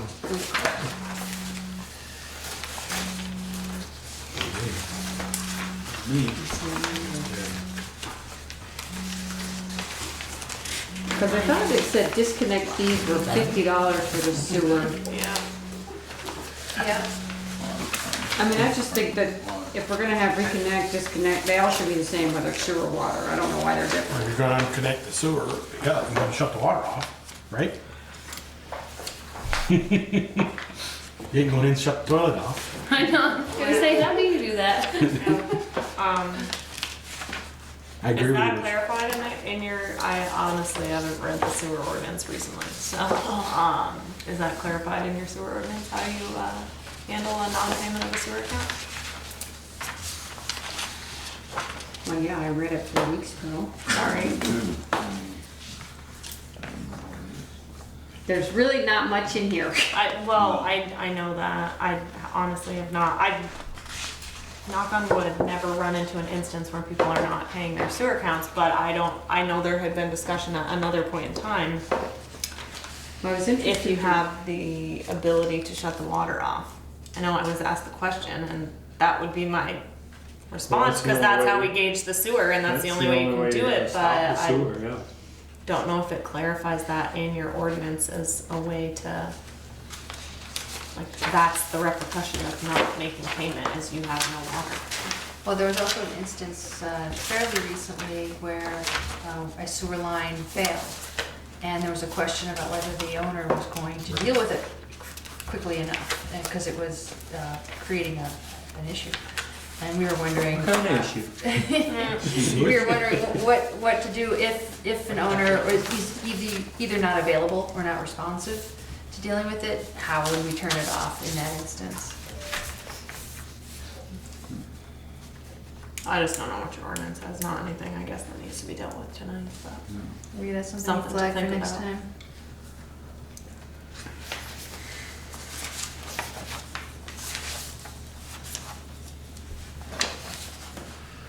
But if you're gonna, yeah, so if somebody says they don't pay the water bill, you gotta go up and shut the water off, and that's $40 or $45, 40. $40. But they paid their water bill, didn't pay their sewer, and you gotta you're gonna turn the same valve off, but you're gonna charge them 50? Right, I just think it should be the same. I know, but do you have to pay for flagging because you're on Main Street and you'll be in the middle of traffic? I don't know, I'm just throwing, just because of the busyness of the location. Does that make a difference? I don't know. Well, the curb stop shouldn't be out on the road. For Main Street, where Some are of them are. It should be in the sidewalk. Yeah. I don't know, I guess so. I In the assume they were sidewalk on the or in the road. parking area, they Didn't shouldn't we- be in the middle of the road. There's no curb stops on the sidewalk, I don't think. Valerie, you and I That talked I've once, so. seen. I haven't ever seen curb stops for Main Street. I was gonna say, I know where the valves are, but I don't know where But So then you you have to can't shut off everybody You on Main can't Street. shut the whole street right? off, yeah. the, no, that would be. So, what, we I know talked they're about it there, but I earlier in don't the have any spring idea about, where. Some of them are in cellars. I'm getting pretty good at it. You can't have the water shut off in the cellar because we can't. I We promise need you, to- With the I promise exception you of, it's been done. with the exception of any apartments or anything, because you can't shut the water. So if all of Main Street's got apartments, then you can't shut the water off anyway. You can, but you have to give them the ability, you have to post the notice on each of their individual doors, giving them the ability to make payment on the account, which would then in turn reduce their rent. I had a full-blown conversation because I had an issue with an apartment building at one point in time, with Kevin Brennan, who had said, you can, but you have to post the location to give the tenants the opportunity to pay towards the water bill. And then I think through renting in Vermont or whatever that handbook is there, they can then deduct that from their next rent payment. So, well, I'll wait for her to ask my question. Her and I had the conversation earlier in the spring about, I'll pick the business that I work for. The bank pays their water bill every quarter, and they don't pay their sewer bill. Right. Do our ordinance say we can shut the water off? That's what I was asking earlier, but I don't know if this is it or not. I guess I have to look. If not, it should. It should if it doesn't. Exactly. Or we should look into it to see whether It's it legal. can. Yeah. Yeah. Right. Or we send the side down the manhole and put a, if it's a 4-inch pipe coming out or a 6-inch, we put a rubber 4-inch pipe over it, they'll back up and plug it, it'll back up. I won't say that's a The dirtiest jobs. one of the dirtiest jobs on TV, Pretty crappy. I've done it, it's not that bad. Pay me enough. It's not that bad. Yeah, I'll put it in, so I can take it out. There you go. Yeah, sometimes you have to stop flows when you're cleaning tanks and whatnot. And- so, I mean, Yeah. that's something that needs to be It's in not fun. an ordinance, if, you know, Or if figure you out. don't pay for your water or your sewer, your water will be disconnected. Or And that takes Or care sorting of out. So Whether we'll you're- look into the that. fee issue. Yeah. Yeah. Well, speaking of the, circling back on the fee issue, shall we make a decision to make them the same? Between Well, it's kind of moot, because if you have to shut the water off, the only way you're gonna stop the sewer, then you've got to reconnect the water, so. You're only gonna pay for your reconnect water fee, you're not Right. gonna pay for your reconnect Yeah. sewer. Yeah. So why there's a reconnect fee for sewer is. As long as it's legal for us to shut the water off Right. if you don't pay your sewer back. Yeah. I think Right. that's what we need to We need find to find out. that out. And if that's the case, then we don't need disconnect in the sewer. Right. Or reconnect. Or reconnect. Well, We have to have a plug fee. We have to have a plug fee. I mean, the reconnect fee is the one and the same. Right. Yeah. Plug fee be You could just. $25. See water, see Unplug water it, be ordinance or something. $150. We'd have the Vector truck here. So, Okay. are we on the, well, I guess we're talking about sewer. We'll do the budget. Get your sewer budget line on. So you've got your current, the budget status report for the sewer, and the only change proposed in the fee structure, and Ben can speak to this, is increasing the usage charge and the usage surcharge. And she included a flow projection of what that would look like on the various accounts. And it would impact the folks that use. You're talking about the rates, not in the budget, right? Well, so it does end up affecting your user fees in the budget, but she is talking about rates right now. The rate, Yes. the rate page. Okay, because I'm looking at here going, Yeah. okay. I do see that. So basically, I remember discussion the last time you upped the budget about concerns because there's only 35 users on the account and continuing to increase the fee and feeling like these people are still, you know, the only same users. So we kind of brainstormed, the three of us, about how we could potentially still keep the base rate the same but penalize the people who are using more. And so really what ends up happening is, so people who are minimum users will still pay the same amount, but the people who go over their 100 gallons a day are getting penalized more. And that is the same threshold of the 100 gallons a day, just like water is. So they'd be getting, while the penalty isn't as much in the water, they'd be getting the same penalty in the water, if that makes sense.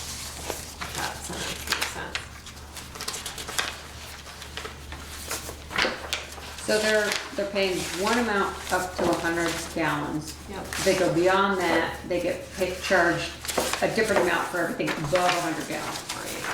And then if they go beyond their ADF, and they get even, they get charged another one.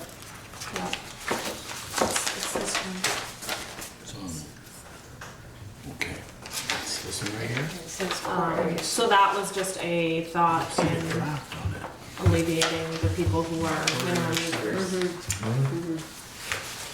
Instead of 100 gallons per day. Which does get averaged out, so we read sewer once a month, and, thank you. So, if 1 month they're a little bit higher, but by the time I bill, the next month they're lower, it averages over the 90 days, so it's not like they're getting penalized after the first 30 days that we read. You know, it's the same thing with water. We read your meter, 90 days later, you might have used 121 day, but then you were gone camping, so now there was no usage, so Why it do we- ends up averaging out. Just a question, why do we we do the water every 3 months, but the sewer once a month? Takes State. about 40 hours Only the sewer? to do a water read. Oh, You have to physically walk to 600. right, no, I don't wanna shorten that down. And to a flows. month. Well, why don't we just go to 3 months on the sewer?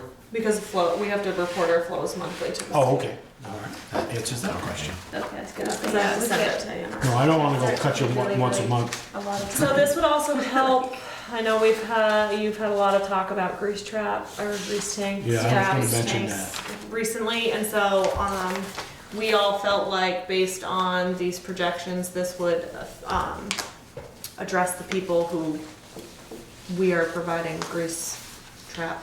It's the service same too. users that are having their exterior grease traps that will receive this greater fee, so it's directly correlated. So thus it's, So you don't wanna do the grease trap, they're gonna pay more. the town is actually doing those grease traps. Right. Oh, we're going to Yeah. go. But it ends up offsetting that Exterior cost by ones. It's a matter of charging who them does more. it. And those Right. that are doing their interior happen to be the minimum charge person, so it ends up fair in that manner. And that would How do we increase tell the budget Bill? by $6,300. How do we tell, they say, oh yeah, I've done it inside, how do we tell? They have to provide documentation per Valerie's letter to them. But no one has yet. We may need to send the same plug guy, Right. So, or, oh yeah, I did grease You know, trap, I looked down the swine, I didn't wanna, what, I know that all but one, I know who's performing the services, so if worst comes to worst, we can actually get those receipts from the service provider. That's just down the road. We shouldn't have to jump through the hoops. That's I mean, like, they're the they ones were responsible told they for needed it. But there's to the provide ones- documentation. So if it's part of yeah, the, they're responsible, Michelle, but it's hurting our system if they Well, I just know. tell That's us right. and blow us off and say, oh yeah, I've been doing them. but is there something in our ordinance that says if you don't comply with the regulations that we have, then we fine you? I think there If you don't is. give us the documentation, then you start getting fined. I'd have to look at what the letter said, but there was a consequence. Okay. I mean, we just need to enforce the consequence. Because you did, I mean, since you guys have made an aggressive effort to get more, I think we've been reported that we don't see it as much at the sewer It plant. looks so much better at the incoming manhole and at the splitter box. If we looked at it, let's say a year ago, I'm about to take the June wastewater samples. When I took them last June, it was like, oh my Well, we god. spent a whole day down there trying to loosen that stuff Oh my up. god, yeah, with the air. Yeah. Yeah, I totally remember that, yeah. I wasn't there, but I remember the laundry that came from it. So, yeah, it's far better than it was, so. Okay, good. And I do believe all but one are using a particular provider. I don't know who the last one is using. Okay, so what, Jennifer, this budget for our core is sewer is what percent, what, or any increase? 4%. 4% again? Well, I got that mine. is water, I think, isn't That's water. That's it? Does what- that say gold? Mine doesn't Core say. area sewer. Who was looking for, oh, Just 8 4%. I didn't write 4% on mine. I don't think. If I did, it was an error because it's really a change in the penalty, so I'd have to do a recalculation, because it's not a total 4% increase, it's really an increase in the penalty. You're supposed to say 4%? No. No, mine Mine does. You must have wrote. Maybe. I don't think I did. If I did, it was an error. No, But- that's water. You must have wrote that. I could have. Or is that an increase in the budget? It was 4%. Oh. Maybe that's what I was asking. Maybe that was my thing, that question you, was it a 4% increase in the sewer budget as well? And we got one more read there too, right? Correct? No. Oh, this Well, a month? 2 months will get backlogged. They don't line up the same, so water and sewer are a little bit different, but I think at least a month will get put back, so you'll definitely have, I mean, you've already collected, so you'll definitely have a little bit more in there. But that we decided that everything else, I think, expense-wise, looked like nothing really needed to change. I mean, we changed the operating contract a little bit, but I know not much. we did the hatches a couple of years ago. We did some other repairs, and Joe filled me in on those. We did some, the hatches. Fix the bank. Fix the bank, Yeah, fix the that hatches. was really Did some, good. so Did maintenance is manholes instead of up hatches. pretty well, so we don't see any surprises saying, you're gonna have to, you got one side of the lawn sliding down, or this or I that, don't or. see that. We did a couple of repairs. So Alan Heisinger just did he just did the inspection for the annual report that he'll finish at the end of the month. I sent an email to him last week asking him, do we need to pump the septic Lot of tanks? running And toilets. do you want us to do it before you complete the report? And he said, yes, definitely one cell, if not both. Ask these guys whether they want to do one or both, depending on their budget. And I just needed to know what it costs the last time per gallon so that we can calculate out. Yeah. Because this would possibly go over the 11.1. The maintenance. Because we're at 84.01 right now, and that was the pumping. I think one pumping, and then because the splitter box gets done I quarterly, would expect this the one grease to be the winner. traps get done quarterly. I just wasn't sure how much that would be. So septic tank, Okay. No. one versus 2 cells. So we'll come up with some estimates and ask you guys via Okay, email we with could a get little that bit of before the detail. next meeting. Yeah. Sure. And you might better do one now and then one 1st of July to put it up. It might be better to do it that way too, because one could hit this budget and then the We'll other hit the could next one, hit. yeah. And maybe the one that he's more. And this would actually Excited give you a about it. The old significant Madeline capital Cunin, appropriation. put it in the drawer until July 1st right there. Okay, Okay. any, So I circled back on the grease trap letter. It went out in November of last year. The first report was due April 15th of this past year, and the next one's due July 15th. Haven't received any. What I did was I provided copies of the ordinance to everybody and drew their attention to certain articles, including Article 7 about maintenance of grease traps. But there's also the Article 13 about penalties, so they could be subject to a fine if they're found to be not complying with this directive. So. could we the fine, we could follow up with another letter saying. We haven't heard from you. If we don't get your reports by the July 15th deadline, we're gonna. Yeah. could the, part of the fine be, we will have our staff through VTUMs, and you will be added onto your sewer bill. So we would end up contracting it through a local vendor Yeah. that does septic hauling due to the licensure that it requires. But yeah. But you'd have to have access. That's the problem. These ones are These are interior. They're interior. inside of their buildings, generally in their basement, in a locked in, only when they're around access point versus the exterior ones that Just the town they're takes care gonna say, no, you're not coming to my building, say, of. They could, but Yeah. Turn it on. okay, we'll be in another week, Yeah. we'll be in another day tomorrow. yeah, Shut the water off. these are businesses, so You need your they water. like being open. I hate to be a meanie about it, but Give us a call when you're ready to let us in. When it smells really bad. Yeah. Well, it won't if they don't get any water. Right. They just won't be able to do business. Yeah, it's. Then you call the health department. Oh goodness. we gotta protect the grease, the system down over the hill. It's looking a lot better, so, but we do need some proof because we asked for it in the letter, so. Okay. So we wanna vote on this budget tonight? The sewer budget, or you guys wanna? We need to talk about the fund balance for the sewer versus the capital. A dollar and a half in it? What's in the sewer? About a dollar and a half Can in you it, tell? Jennifer? I can. It's a negative amount. I don't know if you want me to publicly state it, but I'm happy to if you'd like me to. We have a negative amount? And because you're we've overspent. in your 080, but you have a positive in your capital fund, so that's kind of carrying your sewer. So if you look at them all together, you show that you have positive $8,000. But when you look at them separately, We have a negative what? you have a negative 13 in your operating budget, but a positive 21-ish in your capital funds. But this deficit, or this, right now, you look really good, and so that'll hopefully cut it right in half for your current budget. Because you're showing, you know, you're So, gonna have some extra, so that's good. so, and you didn't, the three of you got together and didn't recommend a rate increase on this? Well, We we did have one, just did didn't the we? change in the Right, the penalties. fee, that's it, Those are fees. yes. Right. Well, we need to vote on those too if we're gonna do that. But didn't we have a rate increase on our sewer a couple of years ago? 2017. Yeah. So was the tell- last. yeah, a couple of years ago. Well, I thought we were supposed to do some gradual increases up to a certain. We talked about that. Yeah. That was more for water, I thought, than for sewer. Yeah. But it's gotta pay for itself. Right. Right. But this year it is, to this point. For now. Yeah. But it's looking good, but we're going to, I don't know what it costs to pump that.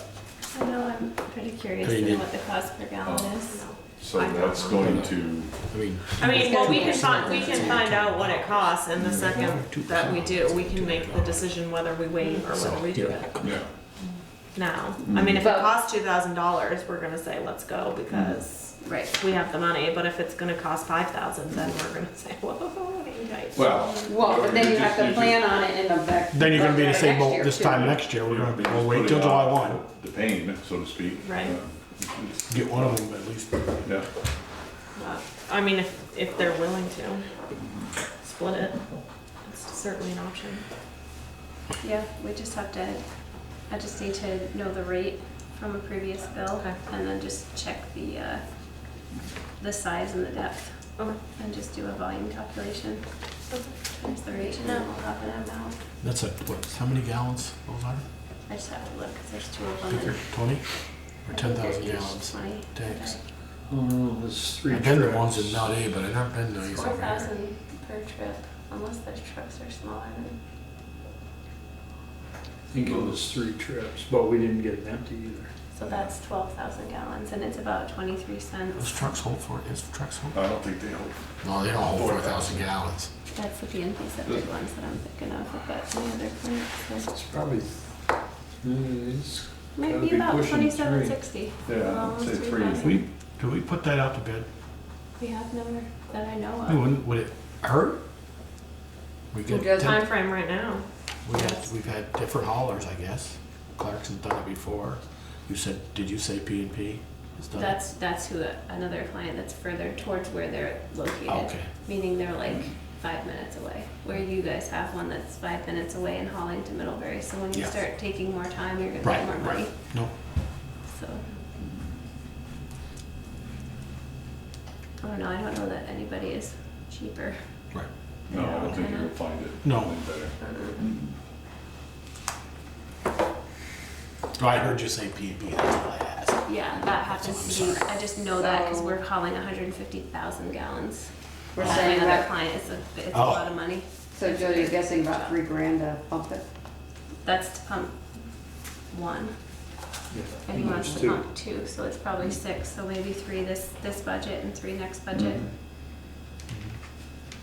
I know they were split before. We used to do one year and one next. We used to alternate. He almost always says one. This time I said, which one? And he said, well, this one, but if they want to pay for it, it'd be good to get the other one too.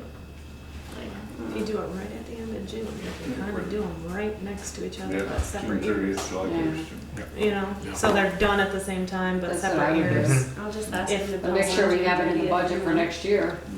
Okay, and then it's You just- one stinky day. Mm-hmm. Because one's already in there, right? You did one already.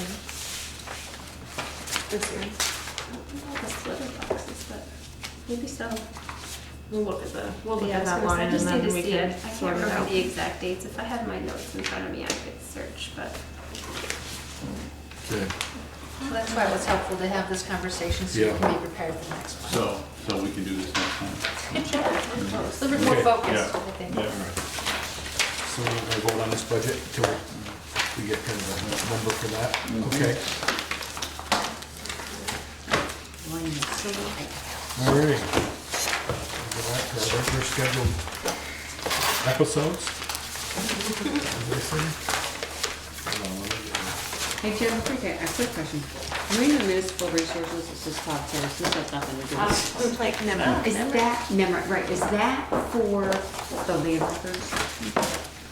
We use what- COP. You use, oh, COP. So what is it, this cloud services versus Dominion Tech?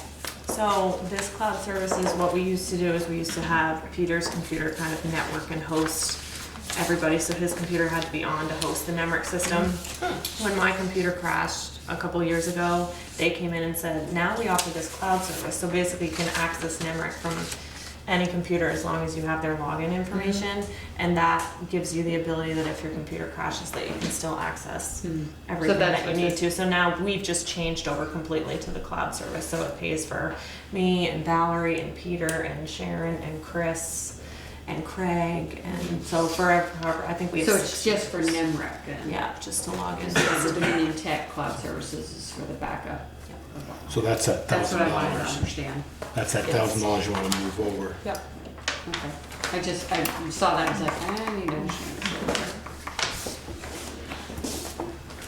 So Jen, in my report, did I get the details right? That it's the Dominion Tech that we overlooked in the line? Yes. Yeah, okay. Yeah. So you couldn't, like, I heard you say Lister's computer and some other computers, you couldn't say, okay, that department, kind of like you used to do with, So it's like The cop. so it's number of logins for, are you talking about NEMRIC? right, no, I'm just saying, you couldn't just say, okay, I need $200 out of the Lister's budget, I need $200 out of. That's what we're doing. Okay, Well, I what have you're to doing pay- is one, Well, so I have to pay for 4 computers, and so it was miscalculated. Okay, How yours many were 4. computers, So Oh, okay. that's where okay, the issue arose. okay, thank you. All right.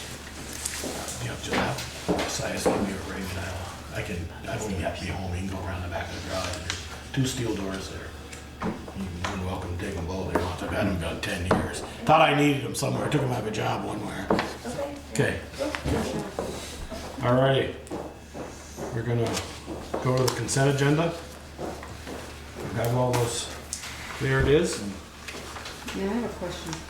Yeah. I had, really be a question for Eric, but he can anything. Kevin Paul's access permit. This is right across from our driveway. Yeah. So I'm trying to figure out, is this the driveway? Is this the driveway? And where is this in relation to the like 7 mailboxes that are there? This has gotta be the new driveway. That's what well, this is the house they're building or whatever. Well, But they've got a drive coming out here. Can I see that? I wasn't really, this is the house, the new house? This is I assume this is the new house they're putting in, because this is the lot Okay, he's why is he's there got a for drive sale. here and Well, a drive that's here? what I'm asking. Oh, I okay. wonder if Eric, I don't know if Eric changed this or if they realized this driveway was. Not here, but, oh, you put That was that. my question. Yeah. Because it's about 600 feet from the property line or something like that. 60 feet, it says 60 feet from, 60 feet, not You've got a 600. little brush on both sides of the driveway. And install 15 by 30 site distances. Yeah. Once the brush is removed. Yeah, it doesn't say which driveway is the right one. I'm guessing. Oh, over there. yeah, that was got a 15 inch by 60 30. feet, 60 feet from their property line. Yeah. Pinky's Works. Yeah. So it must be in this one. Yeah, it's that one right there. Must be this one. Yeah. Yeah, I was- He's not asking for Property the line. Right. So this existing one, one. they're not, 289 feet. No, that one, just- they must have just not looked because Yeah, they're 'cause separate. if that's 200 feet, that's 100 feet. It's still Yeah, less than, it's, yeah. You're on an angle. So they must have just put this in without realizing that there were. Well, I think all that's what, the- yeah, you know, the when engineer you, did. when you get it from the engineer, when he plots this, he plots the house. I just want to make sure that we didn't have liable and stuff, and everybody knew their mailboxes. It's like, yeah, where are we gonna put them? So, What's your do you need pleasure, people? anything more on this one? Do you need to take it up and get more information about it? No, no. I don't think so. I just, so you see splitting that front house off? He's got, Building. 2 lots. It's a- He it's already a sold lot. his It's a house. vacant lot. It's a vacant lot. Yeah. Wow. Well, the lot Vacant with a that, lot of trees. The house is a proposed house. It's proposed, Oh. right. This is a Right, lot this he's house here. selling. this Yeah. one, right in the front? Yeah, Yeah, there's no house there. there's no house. Okay, there. so he's gonna bring it over here, the drive isn't gonna be there, okay. Because it said 289 feet frontage, and I'm going, well, there's a house already, it's taking some of that frontage, but that's the new proposed house. Yeah. Yeah. If you All have right. like 300 feet, split this into a third. Okay. Right. Okay, what's That would be your 60. pleasure? Eric's looked at it? So the idea Well, we is, gotta do, with the consent agenda, if you're Yeah. with everything, then just Okay, one we'll do motion one to much approve the motion, whole. then- I move that we approve the consent agenda. Second? Okay, there's a motion and a second, I just, Val, you wanna then just pop in about our bicycle grant, pedestrian program grant? It's just- Yep, and it's basically approval, recommending approval for all of those things. We have us, Yep. for Eric's recommendation. Right. Okay. Just no, but that bicycle grant is gonna be for more trying to get from Main Street, correct? 75,000, and there's a letter Right. of support to sign. Okay. Okay, is And mo- the auditor's contract is in here too. Okay, a motion and a second to accept the consent agenda. Any more comments on it? Hearing none, all those in favor, please say aye. Opposed? Thank you. Okay. Regular business back to update on Main Street lighting and sidewalk and 2020 Route 116 paving projects. Yeah, interesting development. I think I mentioned it a bit in my notes here, that the opportunity or potential offer to combine the two projects with the paving project with the sidewalk project is looking really possible. And I had a very constructive conversation with Brandon Kipp from V-Trans, and I talked with folks last week, and the real concern that V-Trans would have is to make sure that the town has, that the entire sidewalk project is within the town's right-of-way, that's in the public right-of-way, and I worked with Craig today and got maps, documentation, and it appears quite clear that the sidewalk is within the public right-of-way. The only other concern for them would be permitting, and that's pretty straightforward.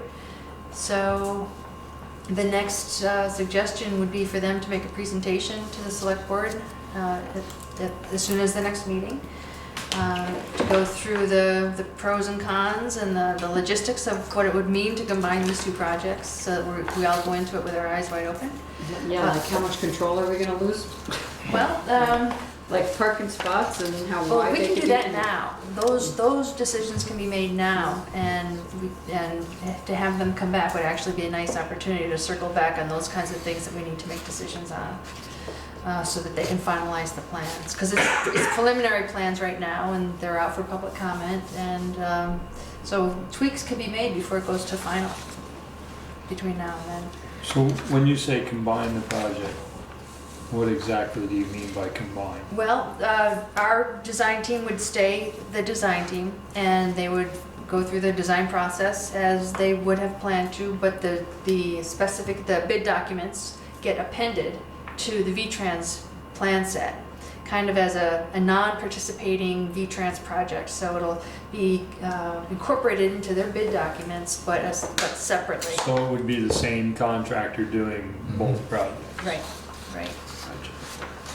Yeah, and V-Trans would take on responsibility for the bidding and the cost of bidding, for the construction oversight and management and invoice processing. And what was the other thing? There was one other thing there. And all we'd have to do is pay the bill. Pretty much. Pretty much. I was hoping that'd go to V-Trans too, figure. I'm just wondering about him starting this weekend again. You know, because it's part of the. Oh, and also the mobilization and demobilization would be paid for by the V-Trans contract, which if it was separate, we'd still have to pay for that. So there are 3 own traffic control. Would be V-Trans. Yeah, yeah. So those could be, so whatever additional costs that might happen as a result of combining them. For example, we might not have complete control over the low bid. That the low bid might actually, had we bid it separately, we might have gotten a better price, but it still might even out at the end with these other cost savings and the added advantage of them managing it, and I think it's just being more efficiently dealt with.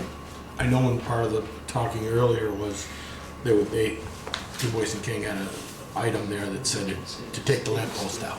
Right. So if we said we don't want it bid with taking the lamppost out, our street will be ready with no lampposts. Could that be something that we could do? I asked about that, and yes, we can incorporate those kinds of things, or that it would just that the specification would say lampposts to be removed by others, and basically we would coordinate with the contractor about when and how that would happen, and also specifying that all waste product or whichever waste materials we want the town to continue to own, we can specify all of that too.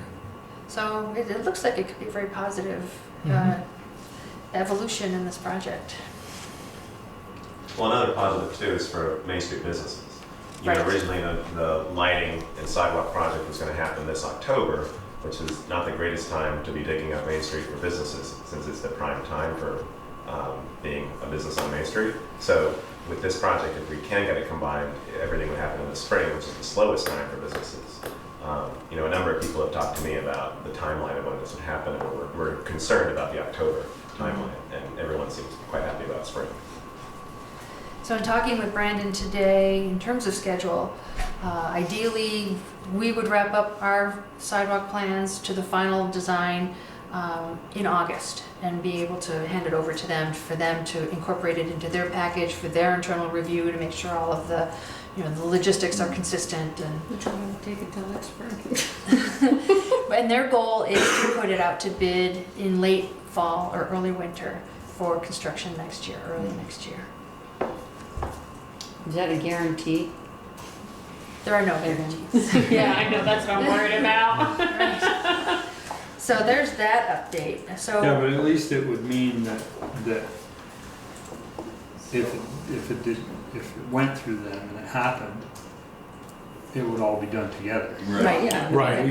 We would Not waiting. and essentially we would not be the scapegoat for, it wouldn't be our project, which it can have its advantages along with its disadvantages, but it wouldn't be our project. So if there were complaints, they obviously are still going to come here, but they'd be just passed on to the state, not you going and dealing with the contractor because something wasn't being done.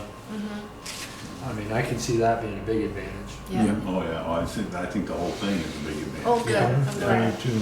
Yeah. Do you know what changes it makes financially? Not at this point. It could go either way on that one. It all depends on the bid results and how contractors might underbid on some line items, but make up for it on other line items, and it's hard to know which Who's paying? exactly if they do that on the non-participating, which would be the town side, either overshoot on that end and undershoot on the V-Trans side, but it all works out for them in the end. There's not a lot of control over that. So that's one thing that the town would be giving So up, unless the town could have the choice of rejecting. Yeah, that was my question, gonna be my question, would we be able to reject and send it out to bid well, it's gonna be crunch for whoever did it. It would have to be done Right. first thing in the spring. So I recommend that we have the team come in either at the next meeting or the next soonest meeting and walk us through these questions. But their cost estimates are generally pretty close. Yeah, they rely on the same resources typically. Well, they're familiar with the bidders, so they know what they're charging, so. Right. I mean, those pictures I sent you guys, I don't know if you all got them when I was up in Stowe last week. Sidewalk pictures. Yeah, the sidewalk pictures. They, that was a state job there, they said. And I recommend when we do have this on the agenda that we be prepared to come back on some of those design details that we want to make decisions on. Okay. Because it'll be helpful to have them as a resource if we have questions. Will we But we still know, have to do this amendment. Correct, yeah, right.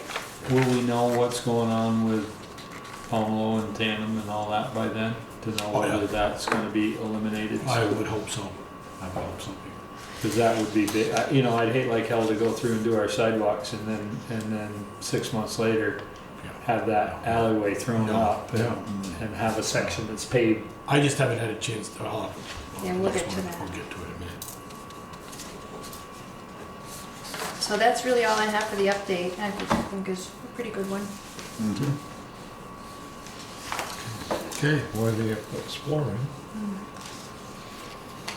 So the next one would be the contract. Yeah, so I'm just here, somebody needs to explain this to me. Why? We were choosing alternative B, right? Right. Modified. Modified with, okay, but I don't know that says that in here. But the price went up? No, it went down. Yeah. Well, it says a change, plus 64 grand. But the total is 102. Nine, so 103. Yeah. 102, 933. Whereas last time it was over 103. The There 65 was is the a number additional. that wasn't in there last time that we had to add, Yeah, that's why. Right, and that's construction why, observation. that's for the 64. and it's added. So the 102.9 is just for designing. Correct. Right. Well, and that includes the construction inspection, and they opted to keep that in here in case the V-Trans Well, that's what I was consolidation gonna ask. doesn't come through. And if they don't spend it, they don't get paid for it. And if they don't do it, then it's not something they'll get. But they thought it would be better to keep it in, just so it wouldn't have to make another change.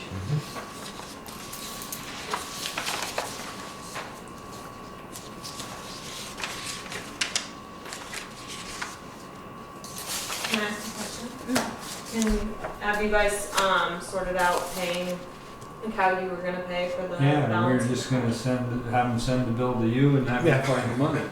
It was that You simple. know what, everyone asks, comes in regularly and says, can you find me some money, and I struggle doing that. We have some ideas. Okay. And actually, that's one of them done.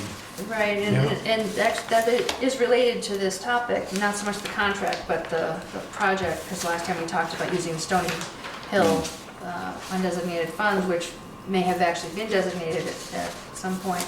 Well, I don't think it was designated, we I just don't talked either. about what we would like to do with it or possibly do with it. I don't think we ever said, we're definitely doing that. The only thing we said, the only Yeah, thing, but we were just talking about it, we weren't, I don't remember us actually saying, this is what we're doing with it. the only thing that we were definitely doing with it is the work over right. on Claire Ave. Right, on the lane. There is. And so- I gotta have it. It's on the table, and- so I'm It was a separate, There you go. And Michelle mentioned last meeting that we try to do this sooner than, don't wait for the development, get our part done and eliminate those cost increases every year. It's this, when Jennifer reported at the water meeting here just a few minutes ago, that we had somewhere around, not that I won't spend it all, $105,000 in capital.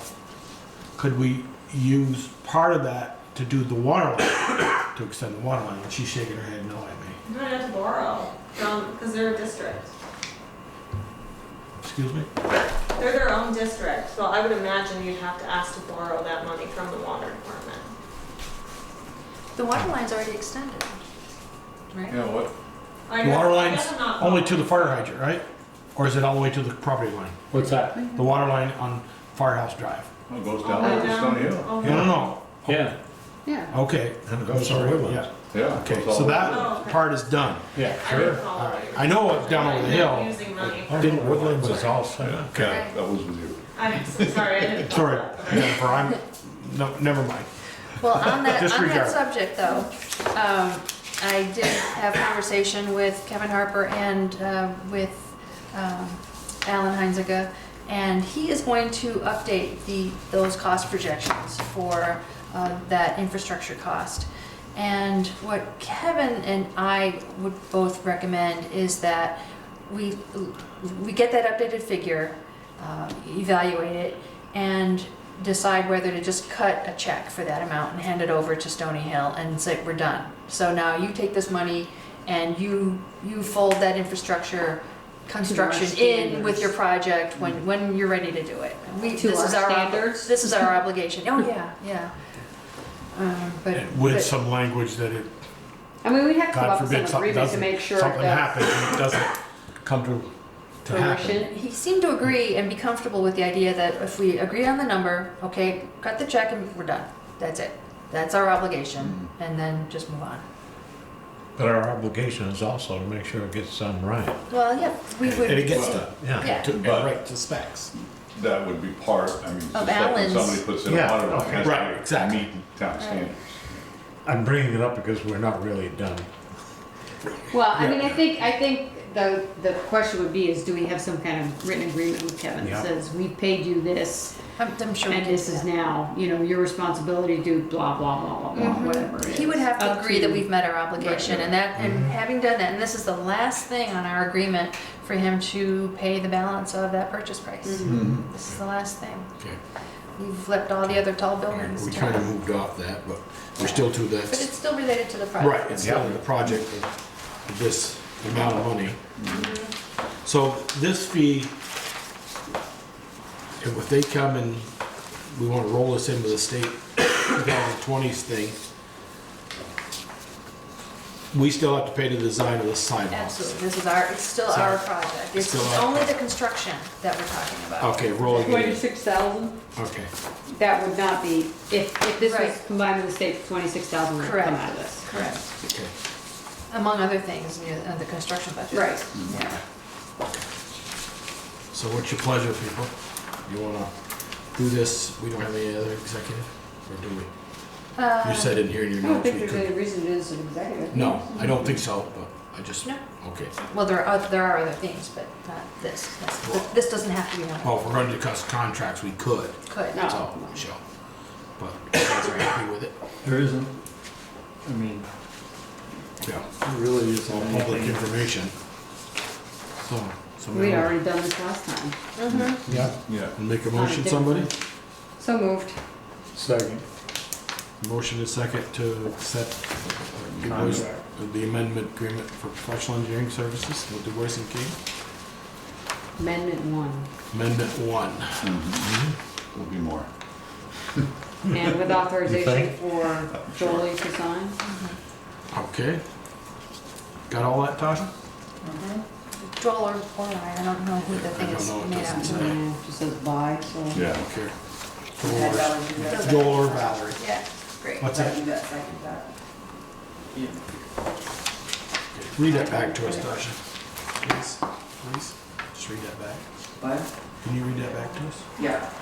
please? Michelle Curley moved to accept amendment number 1 with modified alternative B and authorize Joel Ridge to sign the agreement. Okay, and Baker seconded. Any more discussion? Hearing none, all those in favor, please say aye. Aye. Opposed? Okay. Right, B, tandem NBM and Pomonell Alley project, Ian Alberson, Bristol Court, discuss. I just want to add, Ian, I haven't had a chance, I've learned from the zoning office that we may have, the bank in Pomonell may have to amend their Act 50 permit from 15 years ago or 12 years ago when they built that. And I haven't had a chance to talk with Brian Wexler at Pomonell Real Estate. So I think this is, until we get that, whether, because they own the land we sit on, we just own the building. Pomonell does, so I have to get that Act 250, whether he says we don't they wanna hire a lawyer or whatever to look at the Act 250 and get it amended, go back to the state or not. I don't know if Paulo's gonna tell me now, we don't wanna bother. So that's what I wanted to report. Okay. Do Okay. you still want me to present? You can if you want, but I just, Like, it might be worthwhile because if it's something that the select board supports, and I think select board support would be necessary because it is activity in the right of way. And if we do find that Act 250 might not be an issue for this particular thing, then I know that Sherry, the owner of the building with Tandem, Snaps, would like it to be blocked off before Pocock Rocks if possible. So that would mean this week, if the select board supports it and thinks it's a good idea. Ted, because Boy, they're I'm rushing going us. to You mean go to that, permanently? I'd like you to just moderate. Yes, because I'm so good at it. No, I just gotta go around the bathroom. Please do.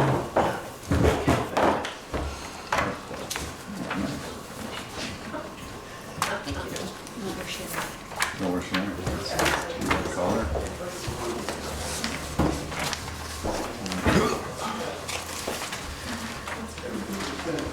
So Ian, can you kind of explain the background, how this evolved and where we're going with it? Well, I guess we've been talking about it for a few years. Bill was interested in just the safety aspect. I know that Ted in select board meetings has raised the question of safety in terms of cars pulling in there quickly, and what our options were. So Joel was interested in maybe is there something we can do to close the road down. And then Sherry reached out to me, who owns that building. She was interested in doing that as well. She's trying to find out how much land she owns. Is it just to the sidewalk? Is it more? I know. That's my feeling is that I mentioned that to her, but she's interested in doing a survey. I think it's good for her to do so she knows what she owns. And so then with the sidewalk project happening, we sort of had this opportunity this year, or perhaps next year, to maybe, if we're redoing that and putting curb across there, this is a good opportunity to maybe sort of put this into gear and start working on this. So I had, a couple years ago, met this designer and architect who's worked a lot in Montpelier pop-up parks. He does a lot of sort of tactical urbanism in terms of reclaiming spaces. So I met him, I invited him down. He really likes Bristol, and so I hired him, hired him to sort of do some mock-ups of what we could have there. And this is sort of based on work that he's done in other cities and towns in Vermont. And so he came down, and I spent a couple hours with him, and sort of he looked at the space, and then came up with these renderings and sort of the concepts for this. And so the idea would be to initially, well, I should say before we did this, we met with Brian Waxler from Harmelo, Joel, myself, Valerie, and Sherry, and walked the space. They seem very receptive to closing it. I think they're, because they have a long-term, very long-term lease with the bank, they're interested in keeping that in a positive way. And so they were very receptive to closing permanently, but at the moment just sort of doing a temporary closing off just for the summer, and maybe a little bit later, we'll see. And so this was the concept that Ward and I, the architect, talked about in terms of just the initial thing. This wouldn't be a permanent thing, it would just maybe be for 5 or 6 months. If people liked it, maybe we continue it. If the sidewalk project happens this year, then maybe we would close it then, or maybe it just stays blocked off into the wintertime, and we'd see what happens next year. So initially, it was just sort of having a talk about what we could do. So how do you safely block it off? And projects that he's done, you use large concrete blocks. They don't look too great, so we put flower baskets or planters on them. And we do that on both sides. Even though it's a one-way street, I guess people have driven the wrong way up the street or down the street. So we want to make sure that we're sort of safe on both sides. And then we're looking at sort of the infrastructure that we could put there.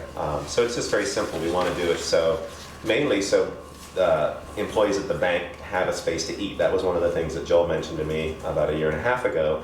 Some of them are eating behind Shaw's because that's the only place where there are picnic tables or tables set out, and there's no other space really. So places for sitting and eating would be a sort of high priority. There's a whole area that's just full of mulch. Essentially nothing is growing there now because it's never been replanted. So maybe the bike rack that the bank owns that currently sits on the sidewalk is a little bit awkward because of its size. We move that over to the mulched area. lighting would be nice. We have a single lamppost there at the moment, but doesn't produce a large amount of light. If we want this to be a sort of a friendly area, could tie into the electricity with that, run 2 or 3 posts that are sort of weighted to be able to hold the lights, and then string from Sherry's building.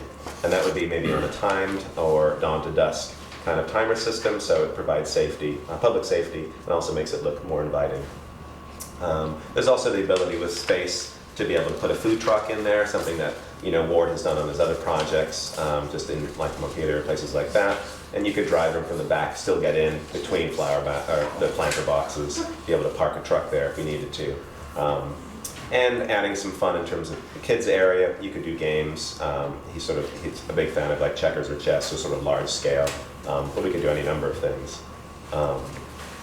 And so that was sort of the concepts that he and I talked about. And a lot of the materials Bristol Core would sort of cover some of the costs. We do a little bit of fundraising. The people I've talked to just in town and businesses seem very receptive to this. And I think we could probably get some good support from the community to be able to help us to build some of these things or purchase chairs or get donations, things like that. I think I talked to Eric a little bit at the town in terms of what town currently owns in terms of large concrete blocks or jersey barriers, and I think we have some of those. The timeline, Sherry seems very, very enthusiastic about the timeline. I was hoping to get it maybe open by Pocock Rocks, but we don't have any of this built or anything yet. And so it might be something that we shoot for July for. Is the plan like to leave all the pavement there and like paint it green? Or? Correct, yeah. Again, initially, because this is just sort of a temporary pop-up, it's just sort of experimenting and see what people like. If it actually does get closed permanently, something a year or 2 from now might look completely different just because no one used it like this, or we found that other people used it in a different way and we needed some other things to go there. I talked to Ward about do we want to imagine what it might be if it's permanent? He says, no, you sort of want to have it there, have people use it and see what's going to happen, and then start to go for a bigger picture for later on down the line. Is leaving that open to vehicular traffic, is that an advantage for emergency services? I don't think so. I mean, it is another entrance, but there are currently 4 if you count the entrance from the trading post, 4 entrances to the Parmelo property. You can't count that one, but Never mind. So there's 3 main entrances to that. Yeah, I don't think that would be an issue. I don't. Not an issue? No. Okay. My only concern from the safety standpoint is because it is a pedestrian-friendly place and you still got the traffic coming from the drive-up. That's what I was That people thinking. are going to unconsciously just walk out through there. Yeah, okay. And I like the idea of putting a food truck in there, but I'd also like to see that more of a barrier to make sure that people don't just wander into that And the traffic. food truck will be able to get out, if you're gonna do that, get out of the way. Be packed in far enough. And maybe it's something where we're moving, Yeah. these are moved more towards here, and this is more open in terms of, and you can also have signage and stuff on the planter boxes, just warning people, but you're right. You'll sort of start to get used to that and just sort of walk out. Right, that'd be my concern. Yep. Take a big person to play checkers. Especially if you get king. And I think Who's gonna continue to pay to maintain it? Like if hopefully this comes to fruition and we paint this green, I don't imagine the pavement will stay green forever. probably not. We'll just have to see. I mean, Core, I think will raise the initial money, and we'll see what the longevity of it is, maybe for 6 months, and see what use it gets. I mean, I'm sure we'll get complaints about closing it because it is used. Ward and I went out there at 9 a.m. and there was plenty of traffic that morning when we walked it. But yeah, I think it's just, at the moment, we'll spend some money just to set it up if everything works. And then we'll just see for long term what we might want to do. And then will it just not get plowed in the winter? Is that? I don't know, that's something we have to look at as well. There's picnic tables and Well, chairs. that's what I was, if Right. there's planter boxes at least, I probably won't. They might get taken out by the plow, but. Well, as a temporary, I like the planter boxes, but if we're gonna do the sidewalk, I'd like to see it go straight through. Yeah. Yeah. Yeah. Yeah, and given the winters that we have here, it might be, you know, we try to keep it as long as possible, and then we clear stuff away. And we do use the alleyway for another core event, for the Lumen Right, lighting. festival. Yeah, so we could, be nice to have that lighting there. We have fire pits in there as well, and we can sort of reuse some of the infrastructure that we build or buy for the chairs and tables and things like that. So that's gonna be kind of nice. But yeah, it's gonna, you know, we're gonna have to pack some things away, just to be able to get in there with the snow, with the, to clean the snow. Yeah, question. Ian, was there a reason why the architect didn't, because that's gonna be a walkway, would it be moving, there's a crosswalk in front of the bank. It's pretty close to the Shaw's entrance. The tractor trailers come around, and I know the former police chief always had an issue when we put up the triangle in the center of the road that says, you know, pedestrian. Yeah. Why they didn't put the, possibly the crosswalk, cross the road right there and move it up from the bank? Get it away from the Shaw's entrance, the crosswalk. Actually, that's something we probably could discuss with our engineer if we know this is gonna happen. Yeah. When they re-engineer the, you know, where is the best place to put that crosswalk? I think John likes it where it is because, he likes it where it is because. People cross right there. That's what I'm saying, they just jump up over the planter box, the little bench, and walk across. Yeah. Right. But then they won't be walking into your store. Right in your front door. They mostly come in the side door anyhow, which would then line up better. Yeah. Right.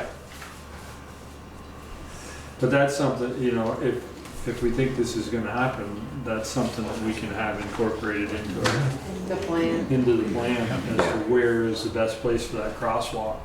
Yeah, I mean, I'd like to add, with regard to that crosswalk, there was, when this was redone a number of years ago, a bump out was added, but there isn't one on Yeah, that's from right. a pretty good side. I'm adding one into that plans, and they're gonna draw that up, but you have to just, since we're adding one anyway, can we move one and replace it, or just move it But if you slightly? cross it And does that across- work with better If you parking? cross there, does that come across, right across by the driveway on the other side? I think Or is Yeah, it- it does. Yeah, so you Okay. can't You really, can but you move, can't you really. can move one way or the other. Yeah, I mean, we were talking about eliminating a parking place there so you could see coming out. So if you moved Oh, I it see down, what if you're you saying. moved it down just enough so that it came into the corner of the, Yeah. yeah, I know Carol wasn't too excited about eliminating those spaces, the two there, but it's a tight area. She's talked to her tenants, and they don't seem to have an issue with cars being parked there and pulling out, but that's, so, yeah, because I definitely, you know, anything to improve the crosswalk, I'm gonna try to get into the plans, just because at the moment it's very, well, if we shoved that crosswalk up so that Where it used if to we be. shoved Yeah. it up, yeah, then we, Even, you then mean we like could- even above here? yeah, and then we could put a couple more Parking straight, space? straight parking places, Parallel and, parking, yeah. and it would eliminate that pinch point where the cars park right at the end of that store. If a long car parks there, it would Yeah. eliminate that pinch Not point. long car, truck. Yeah. A lot of times. Anybody's truck. That'd be me. okay. Well, I can definitely, you know, since I'm involved with both projects, I can look at this and see what our options are to move this. You know, maybe the state's telling us what our options are Right. too. Yeah. They, We I might mean, not have the a meetings that we've say. had, they've seemed quite flexible, you know, so. Yeah. Until Act 250 jumped into it. Right, that's kind of interesting, I guess, because is it all of the, TDUs. It Is that can, what it it can be just, it can be as simple as an amendment. Right, Okay. an administrative amendment, may not Okay. be much of anything. But somebody's gotta look into it. yeah, no, absolutely. Nice job. Yeah. So that's where we are with this. All I right. think it has lots of potential, and just sort of keeping you updated. I'm glad you gave us visual, because I was trying to figure out what it was. Good. Parklet. You didn't know what parklet was? Yeah. So I guess in Not my terms of vocabulary. what's needed, since it's private property for the majority of it, what does the town, is it the right of way, working in the right of way, placing things? Yes. Okay. Yeah. So what do I need? Well, What's the next there stage? is a form. Okay. That actually, the select board does not act on, it's the foreman Okay. who has the authority to issue a permit to work in the right of way. Okay. And I think the placement, you know, when I talked to Eric a few days ago about the concrete blocks, he was concerned about placement in terms of cars pulling in. But since we're placing it essentially where the brick is or isn't, I think we still have, you know, the accessible space right here. The handicap spot is still accessible if these are off the road. And we even have options to move those spots around too. There is one at the bottom of the hill here, which really should be moved much closer since you're getting out on a hill. And maybe as part of the crosswalk, we can start moving that around and improving that. Okay. Well, I can look at that form and then we can figure out the Act 250. Great. Thank you. Thank you very much. Ian, do you have one more of these I can put to mail it to Brian? Actually, so when I get it. Here, you can have mine. Thank you. Alrighty. Number 5, Bristol firefighter leave of absence request for Nathan Bouvier and PJ Ryan may include collaboration executive session. And We've got an email from the information is in your packet in the executive session section, but we did get an amendment to the Ryan request that it be begin April 1. April or Or June 1. June 1. Yeah. Yes, through the end of December. And I believe Nathan's was the same. So moved. Is there a second? There's a motion to second to grant the 2 leave of absence per the emails or And as amended. as amended. Any discussion? Hearing none, all those in favor, please say aye. Aye. Opposed? Okay. Great, News thank you. alert. Hang on. Oops, sorry. So Peter Ryan, June 1st, December 31st. PJ. Peter J. Ryan. Peter J. Ryan. Yeah. And then Nathan's is Thought you wanted 6 April months. 1 to Oh, sorry, May 1st to November 6th. To November 6th. Yeah. and who's second that? Peter. Peter did. Oh, then who's first? Because I had. Peter copied. Peter Thank you. Okay. News alert for the Emerald Ash boar found in Bristol. That's why John has Yeah. patiently been waiting outside, I know. looking at all the beautiful pictures. Come on up, John. Well, you need to come up. Just do your No, uniform. no. All right. And the other John was here too. Oh, that's right. Our tree warden was here. That's right, John, the tree warden. Right, and this got added to the agenda kind of at the last minute. Everything had already been printed and stuff, so that's why it's near the end, rather than up front where more people might have been interested. But anyway, and we're going to be hearing a lot more about this going forward. But last Thursday, we were alerted to the fact that the emerald ash borer has been sighted in Bristol. It's verified. And we have the distinction of being the first in Addison County and all of Champlain Valley. Although it's First probably, one they found. It's probably Yeah, elsewhere too. I- It's just Yeah, I'm sorry. yeah. It wasn't the first, but the first official, yeah. Official for sure. And the one that was identified, the tree is dead. So, and it takes 5 years to kill a tree. So it's been here at least 5 years. So, and it's been spotted in other trees as well in the neighborhood. And Same bug? Same, he gets around. Same family. Same He's got family. Yeah. He's got a ankle bracelet on. Yeah. So John Swepston and I met with Elise Shadler and the Addison County forester last week, and spent a fair amount of time checking out the trees and having a really good conversation. They both shared a lot of information, and it's way more than I can summarize here. I do recommend, since there's probably a fair amount of public interest in this, that we have them back at an upcoming meeting. Because one of the things that we need to think about is how are we going to manage these trees going forward?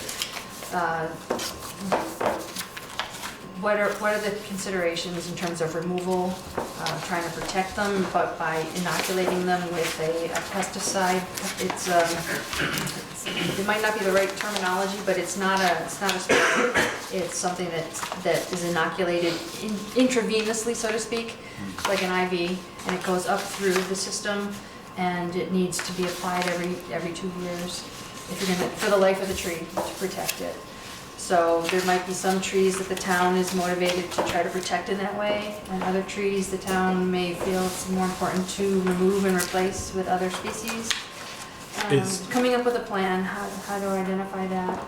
Do I see here, they've identified all of them in town? Well, All these little circles, I take it? right, in 2014, the village trees were inventoried, and this map shows the ones that were See, there's identified 29. at that time. And these are just public trees, that's not ones that are in private yards and, No. right, then, so there are a number of other ones in the North Street area that have been affected. One of the things that was important, I think, for me to mention is that the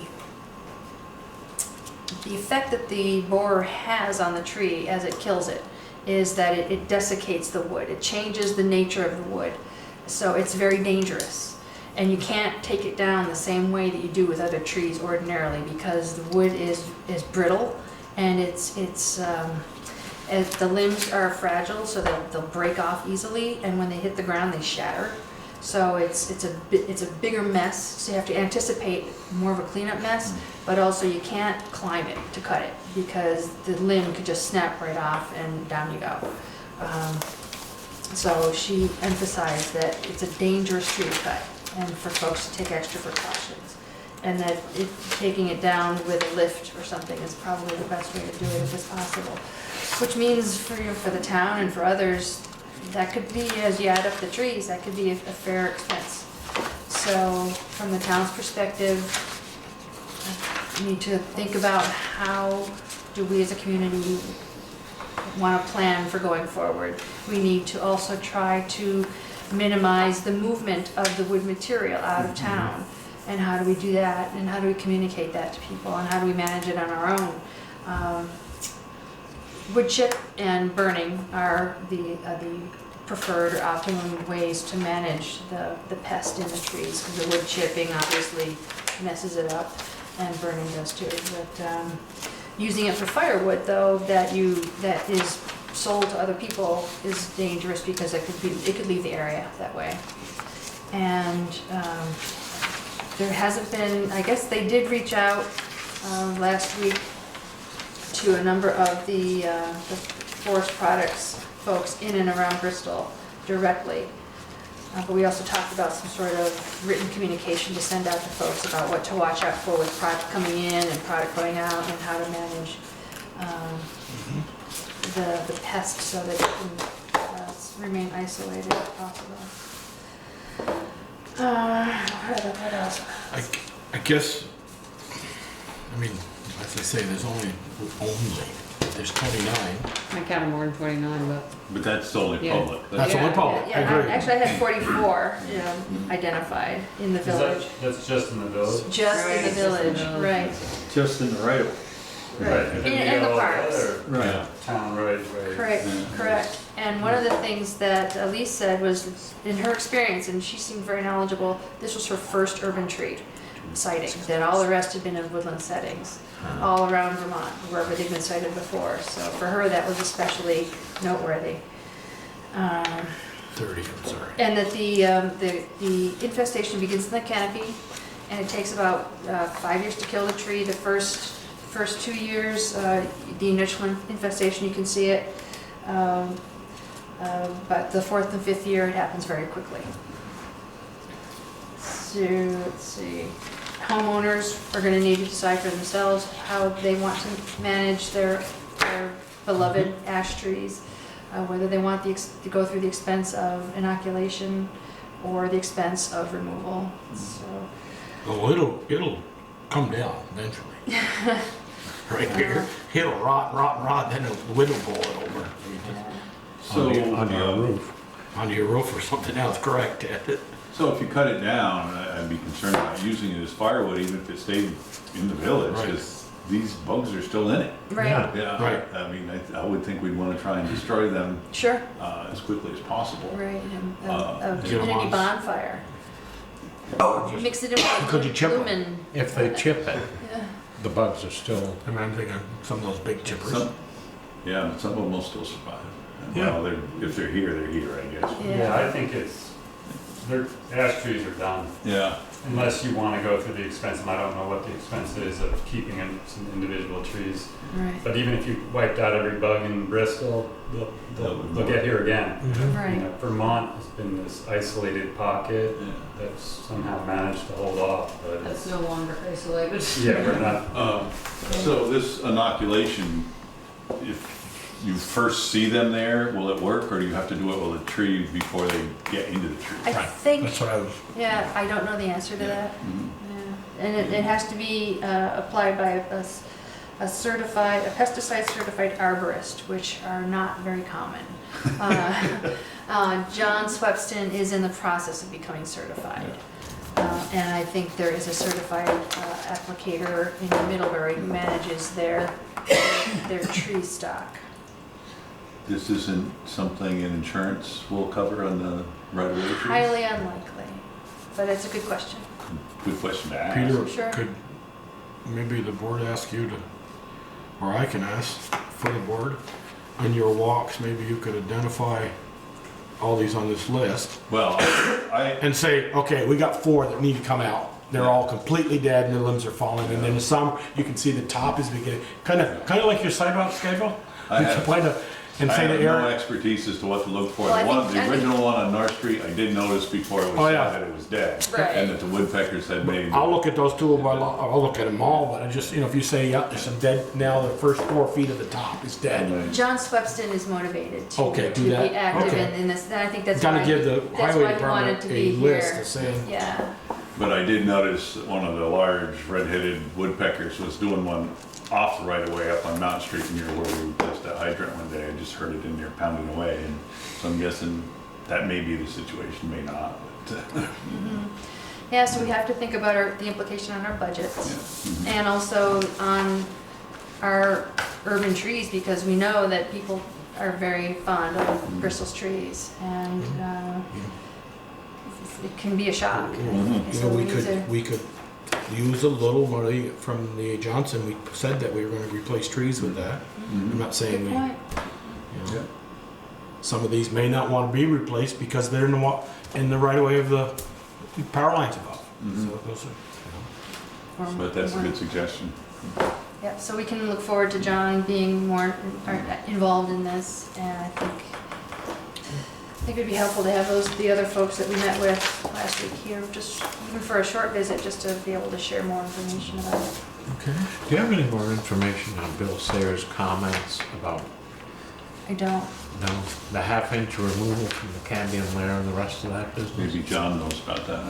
Yeah. I'm not sure what you're talking Yeah, about. he's not, did you? We received an email from Elise. She was summarizing some communications that were sent out to area folks, and she noted specifically that you were not on the list that they sent out to. You but only deal with dead trees anyway. she didn't see your name or the Vermont Farm Table folks on the list, and she said it might be worth reaching out to them. So here we're reaching out to you. But she notes that Bill Sayers said that the trade tariffs has significantly impacted the markets for ash recently, and they are selling more green lumber. And he had a lot of questions about the half-inch removal from the cambium layer and moving green lumber. She referred him to the processing recommendations and offered to connect him with Stephen LaValle. Yeah. I know there are federal restrictions about moving ash. In fact, most of the Northeast, except for Vermont, has been in a quarantine in this, a federal quarantine about you can't move ash out of these areas. I'm not sure what's become of that quarantine now that Vermont has the insight. So, but there are definitely regulations about moving it. I don't claim to know what they are, but The bugs are living in the cambium layer though, right? They aren't living in the heartwood.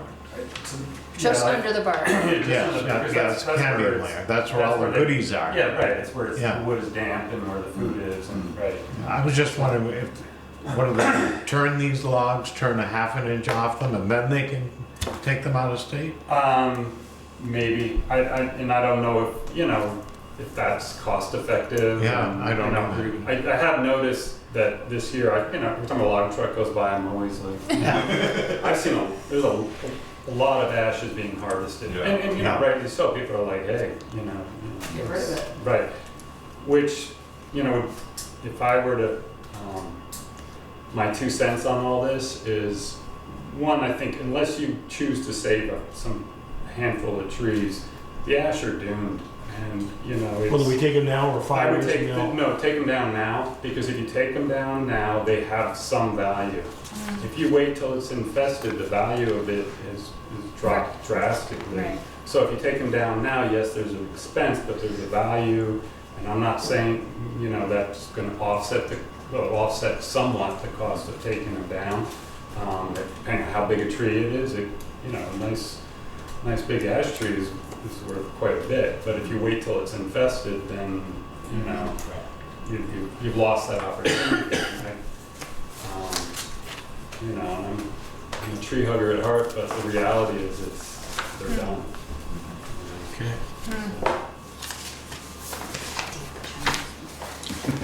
So we're ready?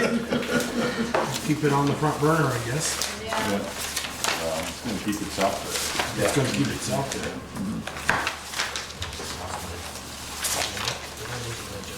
I think I did, I set it over here somewhere. Yeah, do that.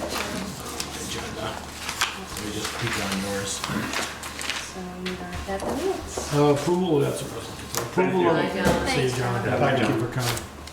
Approval of May 13th and May 27th meeting minutes. So the May 13th went out earlier this afternoon, the May 27th are on your tabletops. May And they 13th did we not had get last. emailed out. May 13th you gave us last Yeah. Last month. month. We didn't vote on them because we got them at the end of the day, but you did give them to us last month. Well, the For May last 27th, they were partial of the 27th, because there was one area about the Main Street project that I wanted to capture off the presentation. So the version on your tabletop now has that added to it.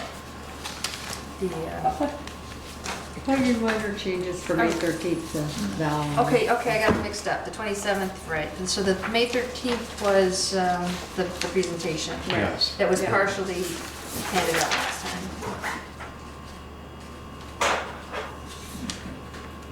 I move that we accept May 13th with Michelle's adjustments.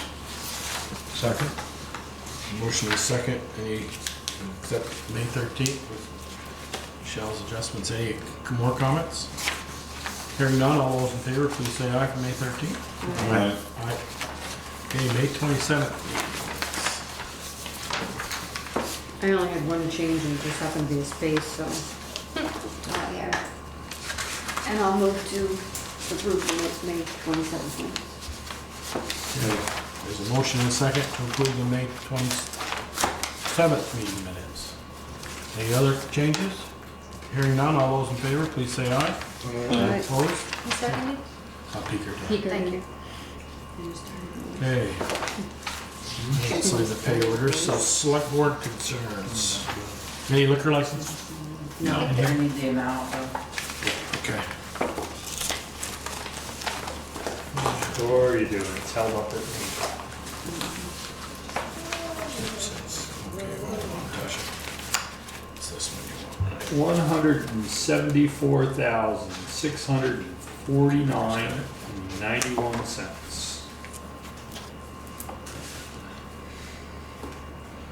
Okay, I don't sign this. Bruce signs this one. Yeah. Right?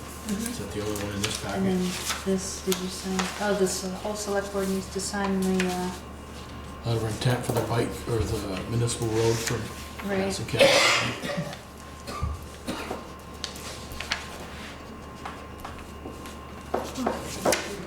Date- We date this Yeah, today. sure. Next, that's number 9. Yeah, that was stupid. Where is it? That's the big one. You can sign that one.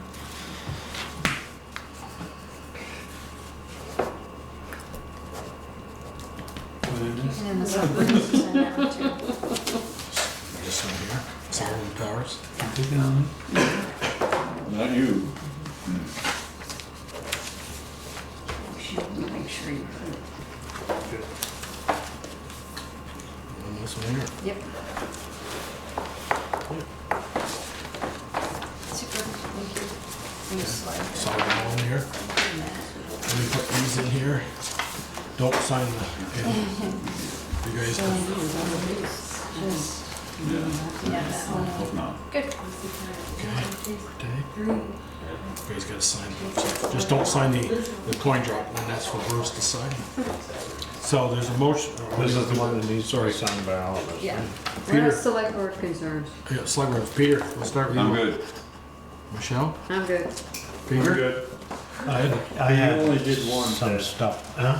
You got Yeah, one there's a bunch more over there. to do. Once more, Oh, all right. just the, Concerns, Elm Street, the potholes have been patched. Perfect. I guess there's a plan to do something about the North Street water access covers that are, yes, the risers weren't here yet. yeah, right. And the tree on Garfield Street is looking real bad, real bad. The base of the trunk is, there's less than half of it left. So- It is gonna fall on its own soon. If we don't take care of it. Yeah, right. Which is- There, that's all set. And that's it. Okay. And I had, yeah, the risers, I'm a little disappointed That one we go. because we've been known we're gonna pave North Street since before the snow got off there. And we could have counted all the number of risers, Pete Tums could have. And they said, I asked why they weren't replaced, they said he didn't order enough. I'm a little disappointed. To put them in now is gonna be a little difficult. There'll be a patch there. No patch. They just slide inside the covers there. Okay, that makes me feel better, Peter. Thank you. I had a person call me, Ted, you might wanna talk with him, I'll give him your name later. Piles of garbage piling up over on a house on Plank Road. There's quite a pile out by the road, or about between the house and the road, they said. South Street Bridge bond, we ever get, or we're not gonna bond that now, we're just gonna keep paying off the interest or the loan? We did through Did we define Peoples, it? and it's just a 5-year note. Okay, we didn't, because We just kept it. we kept waiting for the finish, so we just gonna do a 5-year note, okay. We were at Broadview Estates the other day, fire department was, I'd like to see Scribby, or the 911 coordinator, look at that. It's a little confusing. It's a lot confusing. It's a lot. I was putting sugarcoat in it. 1 through 28, it starts and goes to the left. No, it doesn't. Doesn't anymore? No. No. 'cause First we got- one on we the got- left, we before got you to get into the Y is which way 23. we go, and it goes 28, 26, then goes back to 3. So, and that's all I have. It's okay. Sign the other one. Okay. Valerie?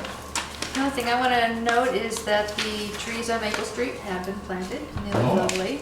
Very So nice. that's another one off the list. So Good. that's all. Is that it? Nothing else to add. That's nothing else. We don't have executive session, right? We should touch base a little bit. Okay, no correspondence or anything? So Michelle, read up. For what? Personnel? Personnel. Okay, I make a motion to go into executive session to discuss personnel matters per 1 VSA section 313. Second. Motion in second, executive session.